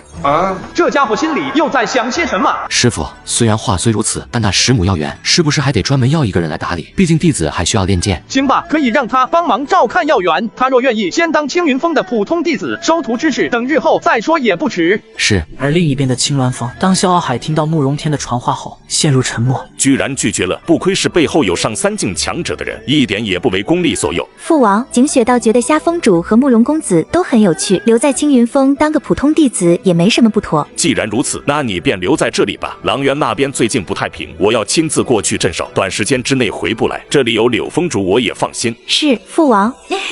不知慕容公子曾经的未婚妻会是什么样的？随即柳云庆和萧景雪2人便来到了青云峰。这是门派大比第1的奖励，破海丹。有劳柳峰主亲自相送了。随即接过丹药之后，便直接交给慕容天。而少年望着丹药，内心狂喜。有了这丹药，我便能突破气海中期了。另外，我听说你后山开了个药园，目前无人帮忙打理，恰巧郡主在药王谷待了许久时日，就想来你这药园帮忙，没有问题吧？自然是没问题，有免费的员工帮忙做事，岂有不用之理？并且还送了纯元山的名额，这全当未来的拜师费了。那以后便麻烦郡主了。少女闻言微微行礼。虾峰主言重了，换我景雪便可，不必以郡主相称。还有一件事，关于纯元山，当时秦家的秦浅月也会过去。随后转头望向慕容天，语气有些严肃。你虽然拿下了灵符山的大比第1，但比之秦浅月依旧有鸿沟一般的差距。他此次过去，应该是已经准备突破的临近了。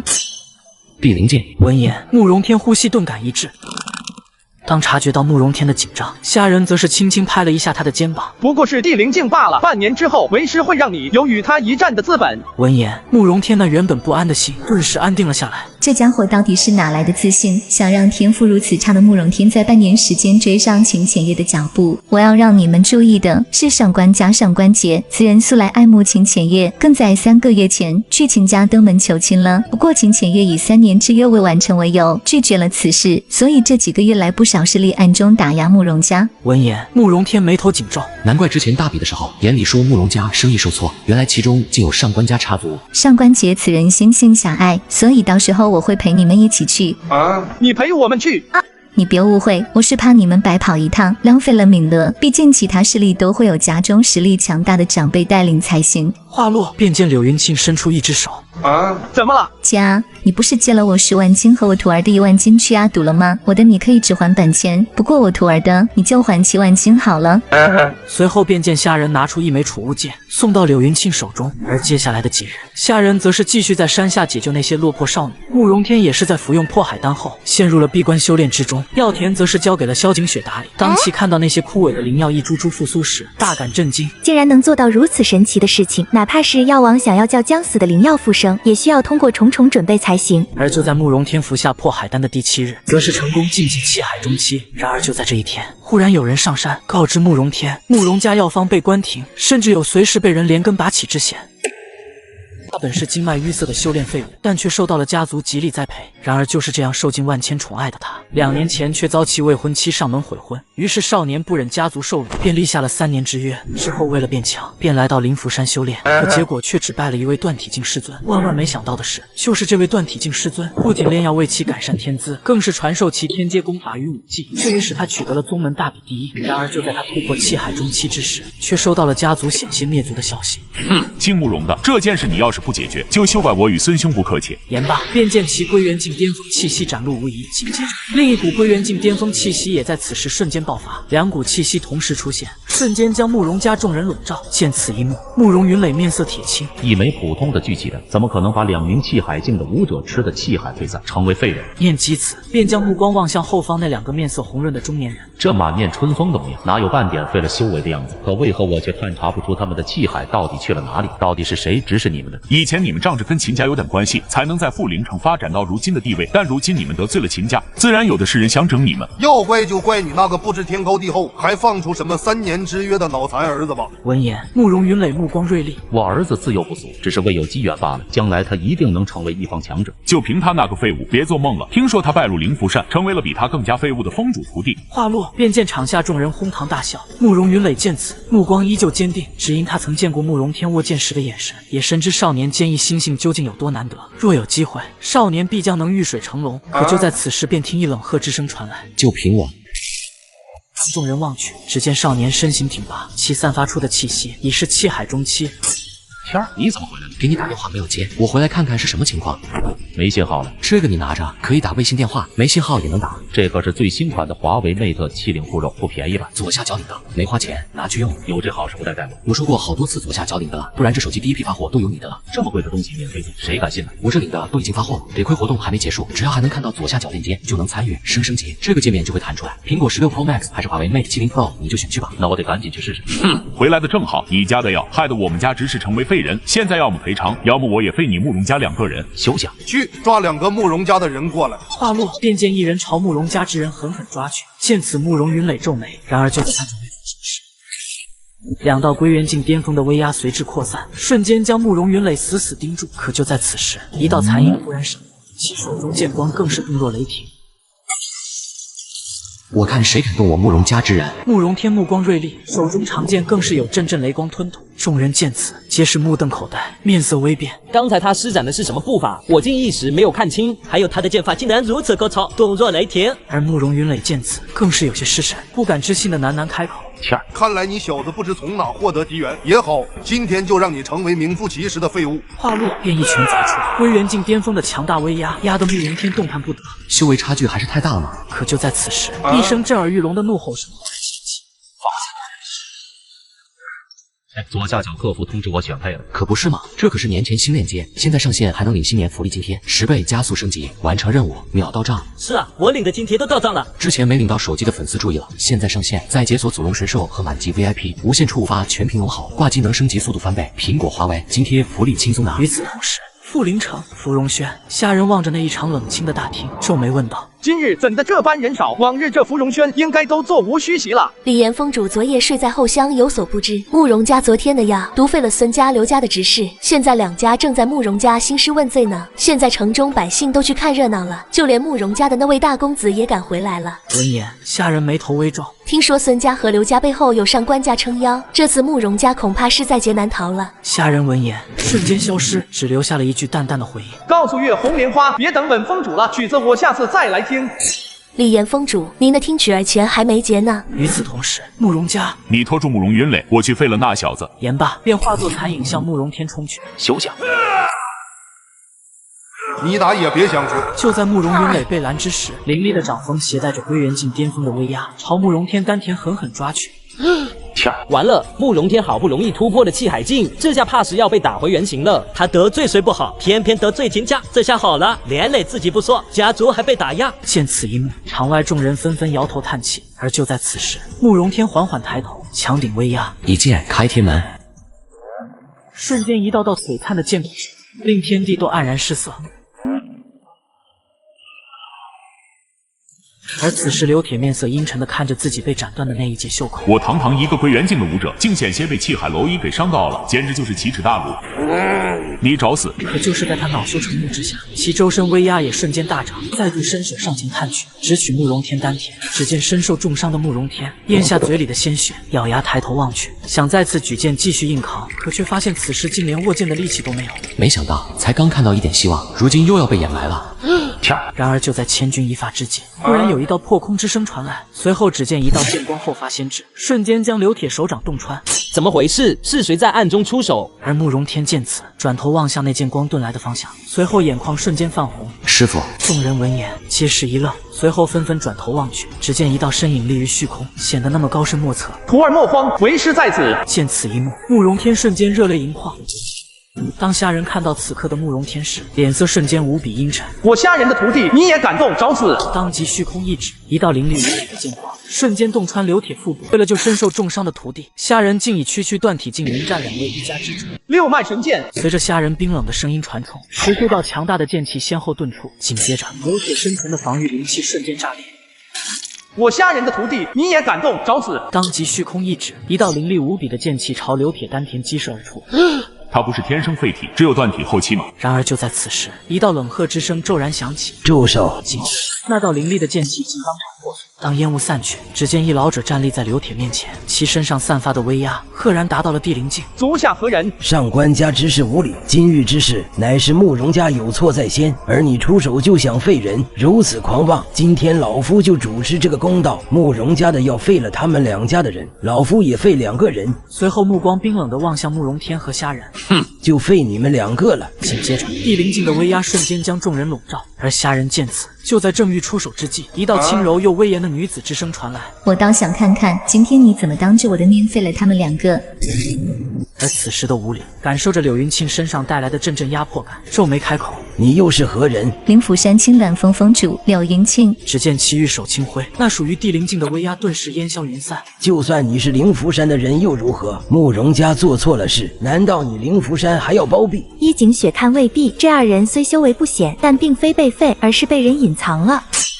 此人自称景雪，莫非是镇南王之女？哼，哪里来的黄毛丫头？这里有你说话的份吗？抱歉，忘了自我介绍，在下清水郡主萧景雪。你怎么来了？我不是说我能搞定吗？我手机坏了没看到。那这个给你用吧，这我左下角多的是，我再领一个就行了。能有这种好事？只要从我左下角注册登录，3折叠，华为 Mate 70 Pro 和苹果16 Pro，升级24小时包邮到家。现在新春佳节还特地加了5000份新年津贴，先到先得。镇南王之女，她怎么会跟着灵符山的人来到这里？而且看情况，似乎是准备给慕容家的人撑腰。慕容家什么时候攀上了这一层关系？就算是清水郡主，你也不能空口白话辱人清白。你说这2人修为不是被废，而是被隐藏，那不妨郡主亲自查探，让他们恢复修为。你这左下角还真快，津贴这就到账了。那必须，左下角新年福利诚意满满。那我也去领个3折叠。左下角每小时更新1次库存，记得要从左下角专属链接下载进最新服。果然一进游戏就能看到了。你用上加速码，搭配首充的孙悟空津贴，手机轻轻松松。这情况我虽然在药王谷听说过，但以我2品炼药师还无法解决此事。郡主是没办法恢复他们的修为吗？闻言，萧景雪皱眉，面色也随之有些难看。然而就在此时，一声温厚沉稳的声音在其身旁响起：“真奇蛋中云门神藏。”峰主，去吧，按我说的做。而萧景雪望着虾人风轻云淡的模样，随即取出银针，以灵力隔空刺在2名执事身上。随着银针入体，那2名执事则是面露忐忑之色，但随着时间流逝，发现根本没有任何反应，也不由微微松了口气。看来虾峰主教的方法并不管用，如今可还有什么话说？急什么？让子弹飞一会。话落，便见两股气息骤然爆发。修为恢复了，真的是气海境。难道真如郡主所说，此二人修为根本就没有被废，而是被隐藏了，想要嫁祸给慕容家？如何？你们可还有话说？既然是一场误会，那便到此为止，我们走。话落，便要转身离去。慢着！随后只见两道剑光一闪即逝，瞬间洞穿两名执事的丹田气海。随着丹田破碎，两人体内的灵气也在以极快的速度消散。虾人，你什么意思？没什么意思。既然他们这么希望自己的修为被废，那在下便成全他们。随后虾人便将目光落在孙毅、刘铁身上。我虾人的徒弟岂是你们说欺负就欺负，说离开就离开的？既然你想废他们，今日我便废了你们。随后又是数道剑光激射而出，瞬间洞穿刘铁、孙毅二人丹田。大胆！话落，只见其掌心汇聚大地之力，一掌轰出，如重重山岳倾倒。然而此时却见一只玉指伸出，轻轻一点，那凝聚大地之力的手掌竟顷刻破碎。敢对灵府山峰主出手，找死！好强！腾围的灵境，我竟然毫无还手之力。然而就在其愣神之际，一道凌厉无比的剑气瞬间将其丹田洞穿。我的丹田，此事我柳云亲接了。你上官家若有本事，大可叫人来青鸾峰找回面子。闻言，无礼面色铁青，随后转头就走。柳峰主，你虾峰主无需担心，妄图对灵府山弟子出手，若不废他们修为，也是惩戒，岂不是叫人觉得我灵府山软弱可欺？掌门就算知道了此事，亦不会多说什么。而且上官家还没那么大的胆子敢跟灵府山为敌。原来是为了肃立门派威严，还以为是为了我才这样说的呢。随后虾人便将目光落在孙刘两家之人身上。夏峰主饶命啊！慕容家主，剩下的事情你应该知道怎么处理吧？不必担心上官家，慕容天乃是灵符山门派大比第一，灵符山会站在他身后。灵符山门派大比第一，什么时候的事？父亲，天儿能有此成就，多亏了师傅的教导。没有师傅，天儿恐怕依旧只是庸碌之辈。虾峰主大恩大德，我慕容家莫齿难忘。不过天儿，你如今能有此修为，全仰仗虾峰主之恩。但那3年之约，为父想了又想，你还是不要放在心上了。父亲，为什么女子上门退婚，如此奇耻大辱？父亲受的，我不受的，也不愿受。慕容天愤怒开口，直到如今他依旧记得当时那些人高高在上、轻蔑傲慢的眼神和话语。如今秦浅月不光有天雪宗帮持，还有了上官家的关系，你就算赢了3年之约，又能如何？树敌太多，前路难走。而且纯元山之后，他必然能突破地灵界，那又如何？我信自己一定会赢，那又怎可能会输？说得好，我虾人的徒弟就该有这般勇气和决心。只要你自己不认输，不可能也终将变得有可能。徒儿，你记住，你命由你不由天。一个秦浅月不会是你的终点，而是你成为大安第一剑仙的起点。闻言，慕容天拳头紧握，目光如炬，成为大安第一剑仙的起点。而萧景雪见此一幕，那素来温软的眸子在此时微颤，眼中更是飘过一缕异样的情绪。只因其身处药王谷多年，听惯了药王的长吁短叹，说这尸骨之毒何其难解，且就算解了，将来修炼也是寸步难行。这也使得少女几乎认命于此。可自从到了灵符山后，那灰暗的希望似乎重新亮起了几分。我命由我不由天。少女眸光复杂，喃喃开口，神色更是渐渐坚定。为了讨要听取钱，老板竟带几个凡人女子堵在修仙宗门口。可宗门长老见此，却只能无奈拿钱将其送走。然而此事却在宗内迅速传播开来。重大消息：李岩堂主惨败虾峰主之后，竟下山寻欢作乐，酒肉度日，还赖钱不给。什么？执法堂主竟在输给秦敌之后，直接化身红尘浪客，留恋风月，此干抹净，转头就走。而当掌门玄玉子找到李岩时，便发现其一副放纵过度的模样。身为执法堂堂主，如此荒淫度日，不知节制廉耻，罚你禁足3月，再敢下山，总归伺候。这几天我不就多喝了点酒吗？怎么就荒淫度日了？随后便发现，就连徒弟望向他的眼神都带有一丝嫌弃与鄙夷。最终在多方打听下，才知道有人冒充他的名字去芙蓉轩寻欢作乐，最后居然欠债不给。小贼，我与你不共戴天！与此同时，青云峰没想到李岩背地里竟然是这样的一个人，当真是令人不齿。谁说不是呢？没想到这等流氓无赖，竟还是我灵符山一堂之主，连人家的辛苦钱都忘了给，当真是可恨可恶还可耻。你怎么知道他是忘了？就在虾人语塞之时，只见远处一少年匆忙跑来。师傅又有新消息了，据说去芙蓉轩的真不是李岩堂主，而是另有其人。据说那人唇红齿白，虽两鬓银丝，但却面如冠玉，风神俊朗。还是个美男子呢。众人闻言，都将目光望向虾仁。如果没记错的话，他这段时间貌似经常下山。哎，你又换手机了？这手机还挺贵的吧？不贵，这是我在爱回收上买的2手 iPhone 16，比新机便宜了1000多，真挺划算的。靠谱吗？靠谱。爱回收是专业手机回收的上市公司，他们家卖的2手手机都是自己回收的自营精选好货，专业质检，1年质保。买卖2手手机认准上市公司爱回收。对，就跟师傅差不多。那淫贼当真是胆大包天，赖账不给就算了，竟然还敢冒充灵符山的堂主。如今门主已经下令彻查。虾峰主，关于这可恨可恶还可耻的淫贼，你应该知道是谁吧？这小子干啥不行，坑是第1名啊！然而面对虾仁这吃人般的目光，慕容天却未察觉。师傅，难道你知道那胆大包天的淫贼是谁？师傅，掌门悬赏10万金捉拿此贼，您要是知道，咱师徒俩抓贼换上去啊！你剑练完了吗？要是没事做的话，后山还有地，你再去离几亩。闻言，少年一愣，随后讪讪离开。如果我说一切都只是巧合，而且去勾栏不一定非得行苟且之事，也有人去那只是单纯的听取喝茶，你信不信？不信。随后便转身离去。昊天准备动身前往纯元山，让慕容天好好调整状态，到时候我会让飞霜来通知你们。景雪，你觉得我像是那般无耻之徒吗？峰主，快下雨了，景雪先回去收衣物了。人与人之间基本的信任啊，就算我真去了芙蓉轩，难道不能选择相信我吗？师傅，又有什么事？掌门来了，在青云殿等您。掌门不会是来兴师问罪了吧？我下山拿着你的画像去调查了一下芙蓉轩的人多，随后便意味深长地望向虾仁。我去芙蓉轩真的什么都没做，就是听取而已，真不是你想的那样。你急什么？我又没说你做了。不过我怎么想的不重要，重要的是其他人怎么想。比如柳峰主，你也不想让别人都知道这件事吧？只要你答应帮我做一件事情，我帮你解决。这话怎么这么熟悉？没想到掌门平日里看起来平易近人，背地里竟然有这等癖好。什么都别说了，就算所有人都知道，我也不会答应掌门你的要求。他怎么拒绝的这么果断？还有这家伙这种恶心的表情是什么意思？霞峰主别激动，这件事情只要你动动嘴就好，不会让你陷入两难之境的。动嘴，两难之境，我不愿意。这家伙什么都不干，就想让我给他擦屁股，想得倒挺美。夏峰主真不是什么难事，我听说王爷给了青云峰一个去纯元山的名额，只是希望你去的时候帮我送一样东西给丽妃。我打死也不会出卖我的身体。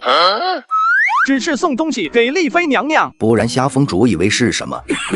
老玄啊，我发现你怎么总是喜欢卖关子呢？有啥事直接说不行吗？我虾仁好歹也是宗门一份子，就算你不帮我，这种事我也不能推辞不是。行了，宗门还有一堆事务要处理，我就不多留了。掌门，那关于芙蓉轩的事情，放心，我会帮你解决的。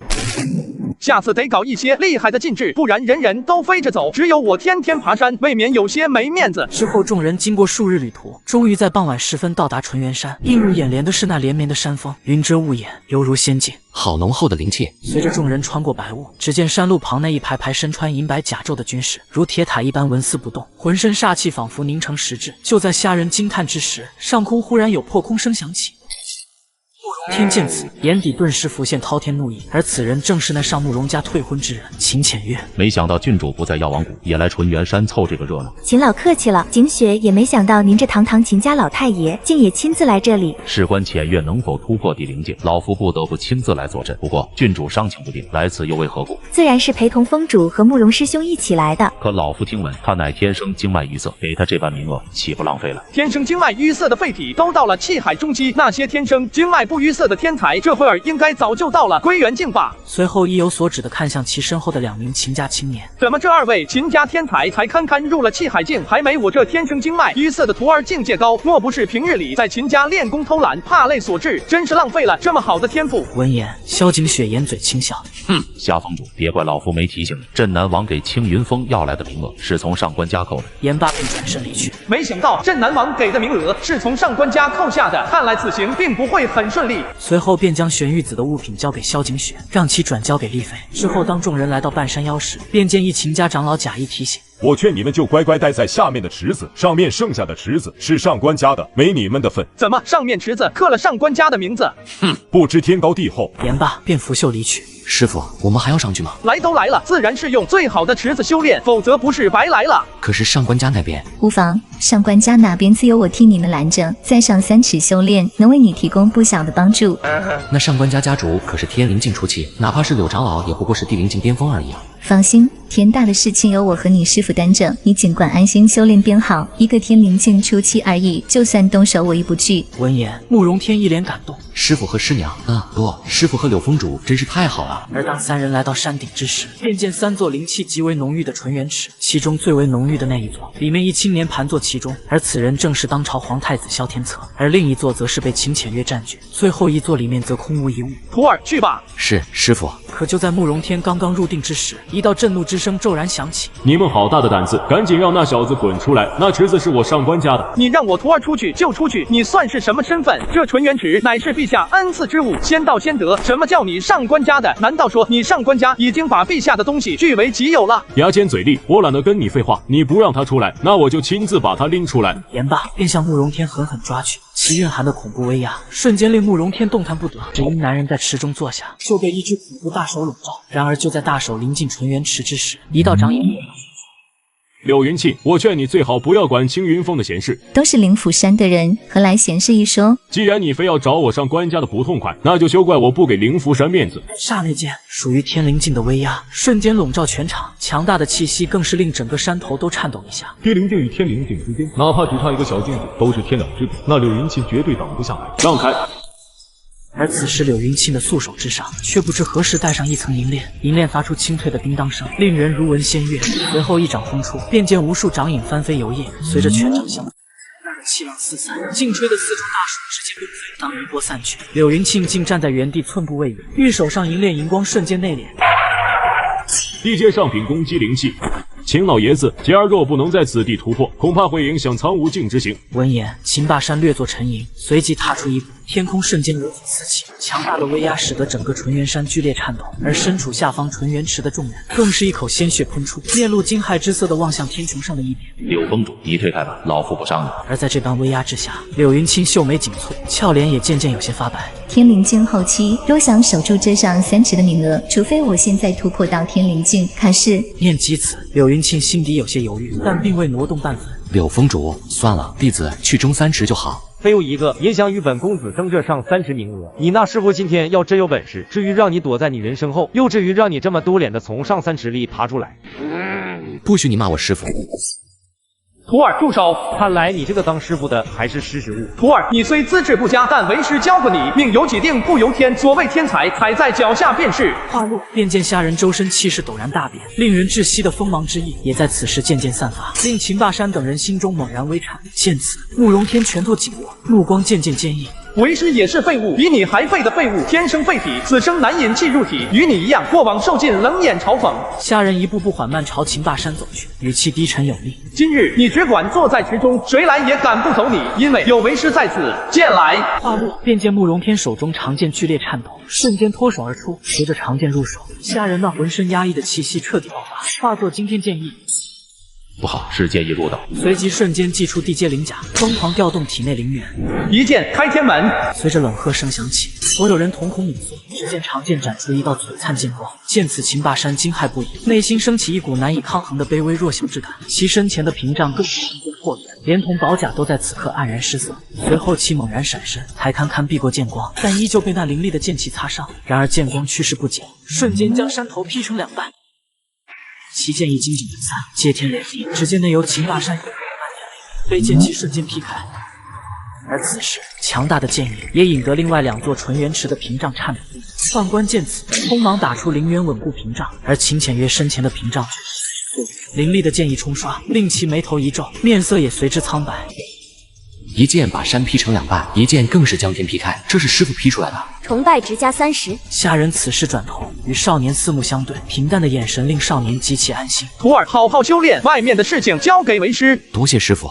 随即压下躁动的心绪，于纯元池内盘膝入定。今日我徒儿占这一方纯元池，你们可有异议？闻言，秦霸善面色惊疑不定，直接沉默。有这么强大的实力，你装什么断体后期？就刚才那一剑，这整个大安朝能打下来的，也不超双掌之手。随即虾人将目光投向上官豹父子。虾峰主，这池子素来都是我上官家在用，而且乃是皇后娘娘亲自的名额，你占给慕容天，恐怕会引皇后娘娘不喜吧？这家伙为什么这么执着于这个纯元池的位置？就连秦霸山愿意出手，似乎也是有原因的。难道真是因为那个苍无镜？上官家主此话严重了吧？皇后娘娘赐给上官家的只是名额罢了，可没有说过具体哪座池子归你们所有。话落，只见一名华贵妇人款款而来，而此人正是当今太子生母丽妃。这件事就这样算了吧，既然是你上官家来晚了一步，也没什么好说的。闻言，上官豹面色彻底难看，但也只能无奈妥协。虾峰主倒是厉害，不似传闻中的那般。娘娘谬赞。你们师徒倒是一个性子，不惧强权，有血性。如今3年之约还剩下半年，虾峰主觉得他有希望达到的灵境吗？有。莫说普通人，就算是秦浅月想达到的灵境，也需要经过多年的修炼，以及那天雪宗宗主的极力培养。虾峰主如何笃定慕容天能在半年之后达到的灵境呢？而此时虾人负手而立，望向慕容天，轻声开口：“因为他的师傅是我。”平淡的话语没有丝毫高傲，但却有着极度自信，让在场几人都产生了一种错觉。也许真的有可能，那本宫期待那一日到来。言罢，便转身离去。虾人，你到底是什么修为？我断体后期不明显吗？随后虾人摊手，十分坦然。你信不信？你觉得呢？我觉得你不信。所以你到底是什么修为？断体后期。两人四目相对，最终柳云庆放弃了这个问题。刚才那一剑是不是你那位义兄给你留下的保命底牌？你真聪明。而就在此时，萧景雪却有些惊疑地望向池子，只见慕容天端坐在池中，四周白雾萦绕，化作一道巨大的漩涡盘踞在其头顶，无数浓郁的灵气如风了一般朝其涌去。感受到周边的变化，秦浅月刚刚入定，便再一次睁开眼睛望向慕容天，只因其感受到池中的灵气正源源不断地朝慕容天涌去。而此时，太子萧天策同样皱眉望去，只见一道道剑吟之声不断响彻，随着无双御剑诀的运转，无数灵气也在此时被其疯狂吸收。此刻，不仅仅上3池的灵气受到了牵扯，就连中3池与下4池同样有着这般感觉。整座纯元山的灵气都在此刻疯狂向慕容天汇聚。这哪是吸收灵气，这分明就是在抢。袁公公，此人是？回殿下，此人名为慕容天，乃是慕容家家主之灵符山青云峰峰主下人的亲传弟子。是那个被秦家退婚后定下3年之约的慕容天？正是。传闻不是说慕容天天生经脉淤塞吗？为何修为都到了气海中期，甚至吸收灵气的速度都这么骇人？我修炼的可是的阶上品功法9皇诀，也达不到这般浩大声势。那他修炼的功法是什么品阶？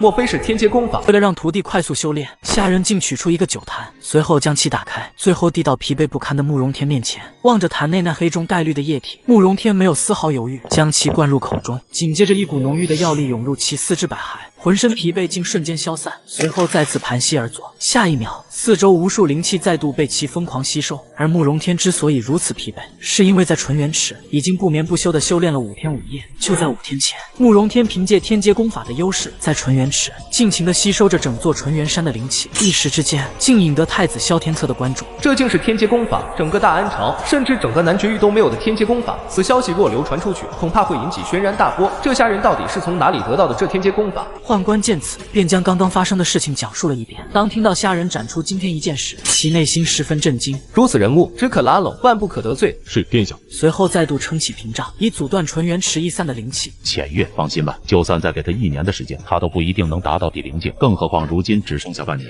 我的目标可不是小小的慕容天，而是整个南绝域平天朝齐云道宗第1道子。不过区区20之灵，就已入半步乾坤境的真正妖孽。太爷，还请帮我护法，我要在接下来的时间突破的灵境。看来是我多虑了，真正的天才根本不屑于回头多看一眼。随后同样撑起屏障，阻隔灵气流通。随着众人惊诧渐渐散去，上3池又重归于平静，唯有慕容天头顶上的灵气漩涡依旧显眼，疯狂着吸收着四周狂涌而来的灵气。1个月的时间，也不知道你徒弟能达到什么地步。短时间内吸收如此庞大的灵气入体，考验的已经不是天资了，而是忍耐程度。慕容师兄若想把握住机会，就必须要忍受异于常人的痛苦。你们放心，这灵气持续多久，他就能坚持多久。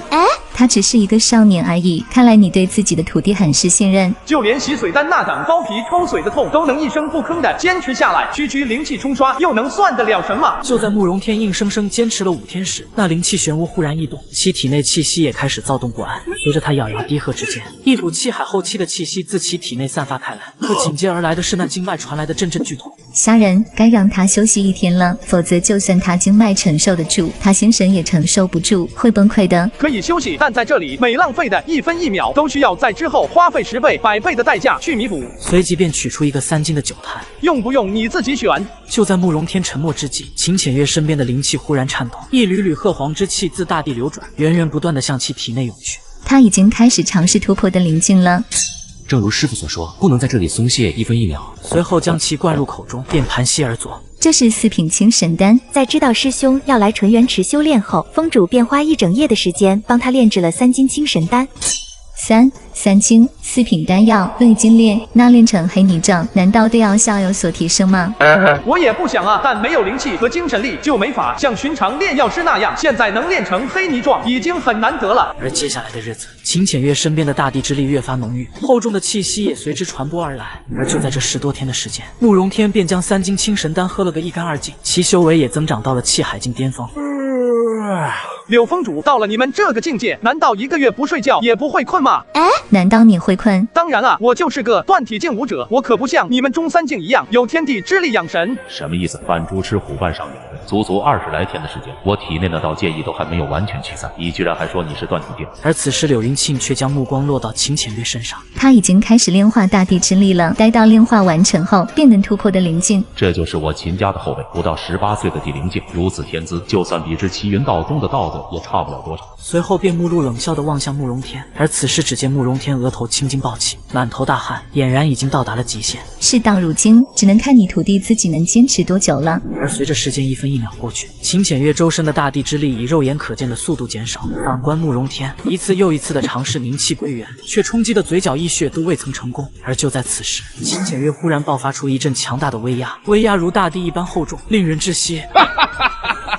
成了，这可是17岁的地灵境啊！而另一边，随着又一次冲击，慕容天却猛然吐出一大口鲜血。慕容师兄，看来已经是极限了，若再这样下去，他的经脉会被毁掉的。徒儿，够了！然而似是感受到了那地灵境的威压，慕容天强行运转无双御剑诀，再度向着归元境冲击，而且不是如之前那般一丝一缕的灵气，是直接调动了体内所有的灵气。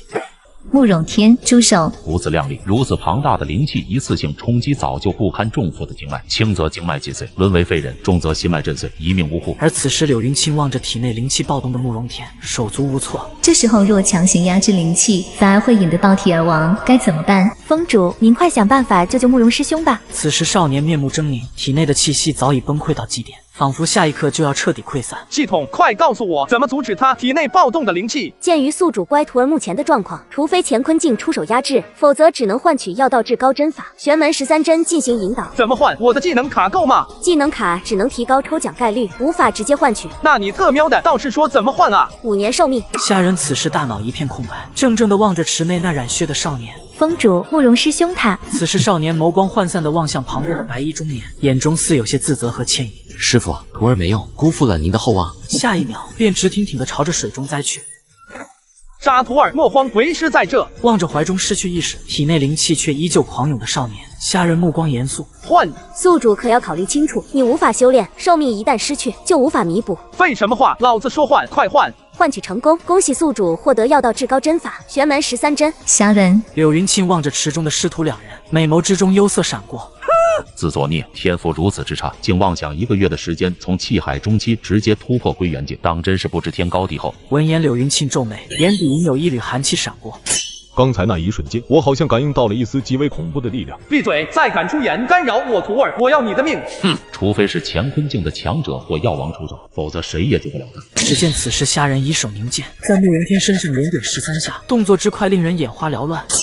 好快的手法！然而下一秒，那原本在慕容天体内完全暴虐的灵气，竟温和了几分。可虾仁额头却已经渗出了密密麻麻的汗珠。随后接连3次不同穴位的施针之后，慕容天体内气息才彻底平稳。下一秒，少年缓缓睁开双眼，体内的灵气在刚才冲击之下，竟成功化元。师傅，我突破归元境了。可当其欣喜抬头时，却忽然愣住。映入眼帘的依旧是那张温和的脸庞，眼中却有着深深的疲倦。虽然样貌没有变化，但却给人一种苍老之意。突破了就好。见此一幕，众人皆惊。这不可能！就在身上点了几十下，不仅平息了体内暴乱的灵气，竟然还成功突破到了归元境。如此神乎其技的手段，哪怕是北辰药王来了，恐怕都无法做到。这青云峰下人到底是何许人也？此时慕容天眼眶泛红，望着师父眼底深藏的疲倦，任其神经在如何大条，此刻也明白自己为什么没有心脉尽碎而亡。崇拜之家50，当前崇拜等级8，获得抽奖机会1，悟道丹1，悟道丹方1。你现在的身体状况，短时间不适合修炼，准备启程回青云峰，为师替你调养身体。为了给徒弟疗伤，虾仁竟深夜带女子走进厨房。他们不是要炼丹为你调理伤是吗？跑伙房去做什么？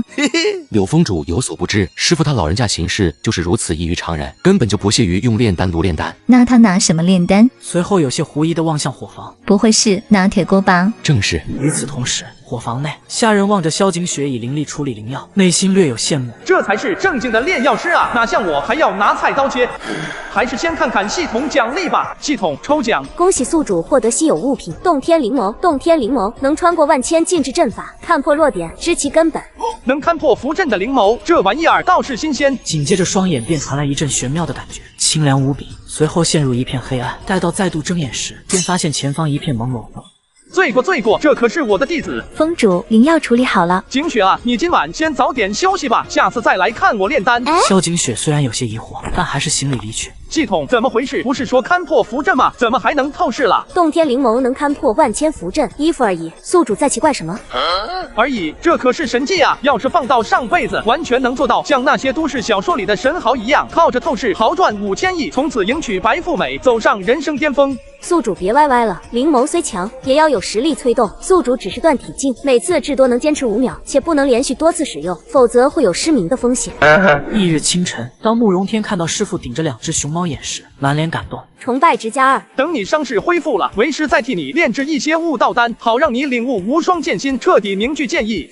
当初慕容天在灵药堂薅的灵药，正好能炼1斤5品悟道丹。可就在此时，远处却传来一焦急之声：“峰主不好了！”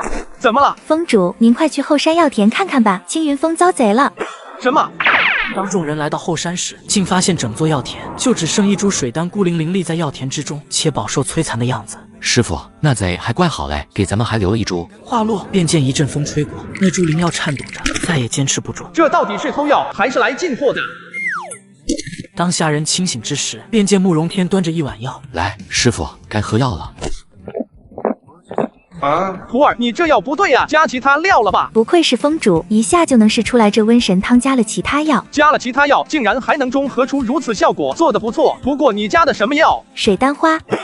药田里的那株，就是药田里唯一剩下那株念把的。算了，他并不知道，只要灵药种在灵犀壤上，过不了多久就会恢复生机。可当想到药田现在一株灵药都不剩时，下人只感觉胸口被狠狠地捅了一刀，随即起身准备动身找掌门时，却见柳云庆迎面走来。虾仁，宗门养的灵禽好像都跑青云峰来了。对了，峰主，那些灵禽好像都是奔着后山的灵气去的。难道是因为泉眼与灵犀壤融合了，散发出的浓郁灵气将这些灵禽给吸引来的？所以说那贼人是跟着灵禽过来才发现药田的。就在虾人思索之间，天上却飞来一人。虾峰主莫急，本峰主知道这贼人是谁。你知道？自然。随后只见郑三山翻手之间，便出现了一枚圆形晶体，随着晶体光芒闪烁，一面水光棱镜便浮现在众人面前。这不就是灵药堂堂主喜欢吗？等一下，徐老黑是来偷药的，那郑峰主你大半夜在青云峰干什么？这不是我拍的，这是我徒弟拍的。一正眼，那他大半夜来青云峰后山做什么？这个嘛，他是追风类的灵禽，恰巧碰到这一幕，就给录下来了。什么灵禽要大半夜去追？这个见此，虾人心如明镜，只怕自己药田里的灵药，青福峰也没少霍霍。不过柳云庆说的对，凡事得讲证据，有这晶石画面在，带着徐老黑一个人赔偿就完事了。然而就在虾人准备伸手之时，郑三山却忽然后退一步。虾峰主别急呀，这玩意儿价格不菲，可不能轻易就这么给你。这家伙也不比徐老黑好到哪去，这时候居然想拿这玩意儿来讹我一笔。虾峰主，你也别怪我，我也是被徐老黑逼的没办法。这家伙被你薅了一次之后，灵药价格往死里涨，青福峰本来画符就浪费资源，灵药这么一涨，我已经快要养不起风类弟子了。这灵福山能有一个正常峰主吗？堂灵药堂堂主就因为少了几株灵药，大半夜做些偷鸡摸狗的事，而这青福峰峰主更是当众卖惨薄同情。柳峰主，你帮我揍他一顿，我以后免费给飞霜炼丹。有他帮忙炼丹，那以后青鸾峰岂不是都不愁没丹药吃了？念及此，便点头向前。柳峰主，咱们是同门，有伤感情的事做不得。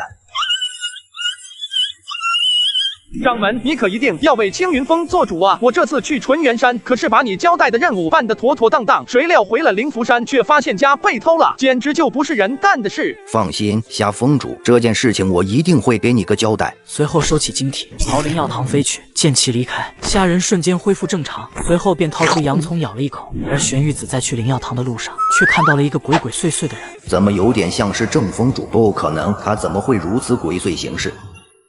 难道是站住！鬼鬼祟祟，莫不是魔教余孽混入我宗，吃本座一拳？掌门住手！郑长老，还真是你！掌门，咱以后能看清楚人再动手吗？谁叫你鬼鬼祟祟跟做贼似的，还捂着脸？我还以为魔教余孽呢。对了，你这脸怎么回事？摔的。言罢，便迅速离开。地灵境强者走路都能摔，还摔出一个巴掌印。掌门，我这么做都是有原因的。那虾老贼心狠手辣，让他那徒儿上我灵药堂偷走了大批灵药，事后还概不赔偿。我咋听说慕容天从灵药堂拿的药，有7成都是你们灵药堂养废的药呢？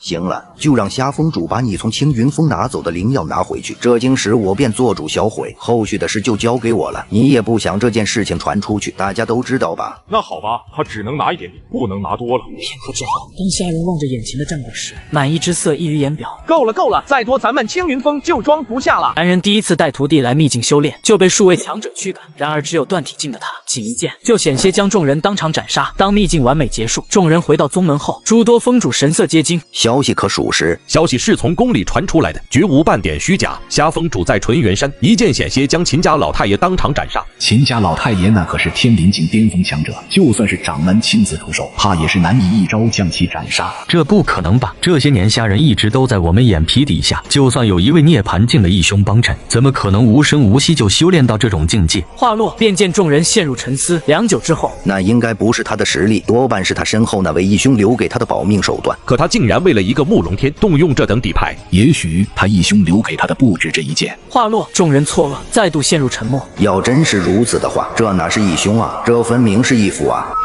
话说，郑峰主，你这2日怎么总是戴着面具出门？关你屁事！行了，夏峰主不管如何也是我灵符山的峰主，到时候去天雪宗，我们也要去给他撑撑场面。言罢，众人皆惊。掌门，你难道真的以为慕容天那小子半年后能是秦浅月的对手？那秦浅月已经突破到了地灵境，他秦浅月突破到了的灵境，慕容天不也突破了归元境吗？还剩下半年时间，为什么没机会赢？掌门，归元境到地灵境可不是随随便便就能突破的，那是从下3境到中3境的跨越，没有长时间的积累感知大地之意，根本不可能。谁说我指望他突破的灵境啊？那掌门的意思是，归元境巅峰与地灵境灵元强度相差并不是很多，唯一差的也不过是那大地之力罢了。如果能够领悟媲美大地之力的力量，以归元巅峰未尝不可一战的灵境。众人闻言，纷纷皱眉望向玄玉子。比如真正的建议。话落，在场众人面露惊异。能领悟意的人，都是悟性极为恐怖的真正妖孽。整个大安朝，近些年也只有镇南王萧傲海和太子萧天策2人而已。就算慕容天悟性非凡，怎么可能在半年之内掌握剑意？行了，你们也好好准备一下，都卡在地灵境这么久了，是时候找机会突破，别半年后跟我上天雪宗丢人。闻言，众人面露迥异。沉寂了这么多年，也的确是时候了。想罢，众人便纷纷离去。要不是当初和魔教大战时，众多峰主都留下了暗伤，否则怎会到如今都未能突破？随后便将目光望向青鸾峰。柳云沁，柳家的9玄道连功，你又修炼到了几玄？与此同时，青云峰慕容天满脸感动地望着手中的雾导弹，随后一饮而尽。片刻后，一股玄之又玄的感觉涌入其脑海，紧接着身前长剑更是发出阵阵剑吟之声。师傅，弟子吃了雾导弹，心中似有所悟，现在有些压制不住自己的剑势了。然而就在此时，一道身影赫然出现在2人眼前。灵师指，你怎么来了？虾峰主，弟子是奉家师之命来请峰主炼4品聚地丹的。闻言，虾人面露疑惑。聚地丹那可是地灵境武者修炼用的丹药，师侄不是才出入归元境吗？为何需要聚地丹？功法所需。这样啊，练倒是可以练，不过得需要一些时间。随后又将目光望向擂台上的慕容天。灵师指，你们身为同门师兄弟，现在我徒儿儿见识有成，你们不妨互相切磋一番。哎，听说师弟在门派大比上施展了一门不弱的剑法，这次看看也无妨。多谢林师姐，师弟来了。话落，便见其气势陡然大比。长剑袭来，只见林飞霜身影逐渐虚缓，竟毫发无伤地穿过剑网。剑势不错，但还不够纯粹。多谢师姐指点，再来。远处，虾仁见此略有惊异，这么厉害，同为归元境，别说武技了，甚至动用的灵元都很少。飞霜2年前便已开始独自下山历练，历经的生死之战不计其数。虽是同境界，但慕容天想赢他没有那么简单。下山历练，2年前，飞霜不是去山中与妖兽厮杀，就是接取宗门任务，甚至还遇到过魔教余孽的伏击。在那种生死厮杀环境下，他需要极大可能的控制自身消耗。也正是如此，他的战斗技巧早已远远超过了同辈。闻言，虾仁暗自点头，随后望向下方，只见慕容天屡战屡败，屡败屡战，那原本难以控制的剑势，渐渐的竟被其慢慢掌控起来。以前我还真没有发现慕容天的悟性竟然如此之高，毕竟他天赋这么差，没人关注也很正常。此时虾仁悠悠开口：“你在怨灵符山？”言罢，玄玉子转头望向虾仁。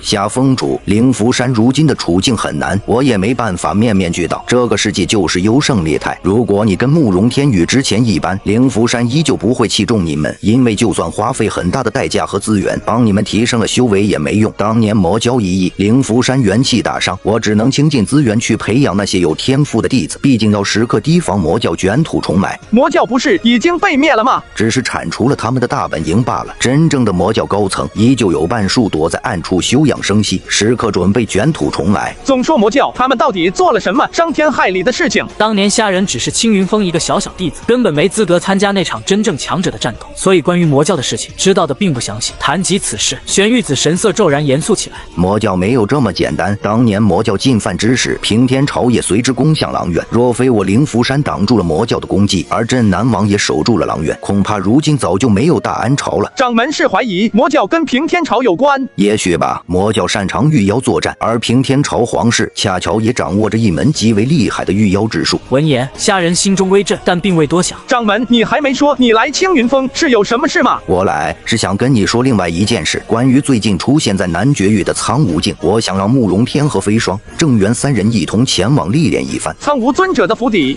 苍梧境最多还有2个月就会打开，若是你想进，我也可以给你想个办法。柳峰主不是说进入里面限制年龄吗？只说限制年龄，没说不能更改年龄，只要修为不到天灵境，服用一些特制的丹药也是能够进入的。不去啊？为什么？怕死。你不是挺厉害的吗？连秦老爷子都敢砍，那得多亏了我义兄留的东西。虾仁，你老实跟我说，你义父给你留了多少东西？什么义父？明明就是义兄好吧，东西也不多，全都用完了，一点都没有了。真的吗？真的，比珍珠还真。我不信。随后玄玉子便御风飞走，看来必须要搞一套护风大阵了。接着便望向下方，师姐再来。雷剑第3式平地起惊雷，师姐小心屁股。这真的是归元境？怎么慕容天在林飞霜手里竟然弱成这样了？演武场上，林飞霜望着昏迷过去的慕容天，小嘴微张。我刚才是不是用力过猛了？而此时虾仁也从暗处走出，探查慕容天的伤势。虾封主，是我出手重了，他伤势怎么样了？而虾仁望着他脸上的歉意，心中一动，无妨，只是这样一来，他怕的耽搁不少练剑的时间。要是今后灵师值不在的话，这耽搁的时间他一个人又不知道要熬多少个日夜才能补齐。眼下还有5个月，就是他与秦浅月的3年之约了，不知道到时候他……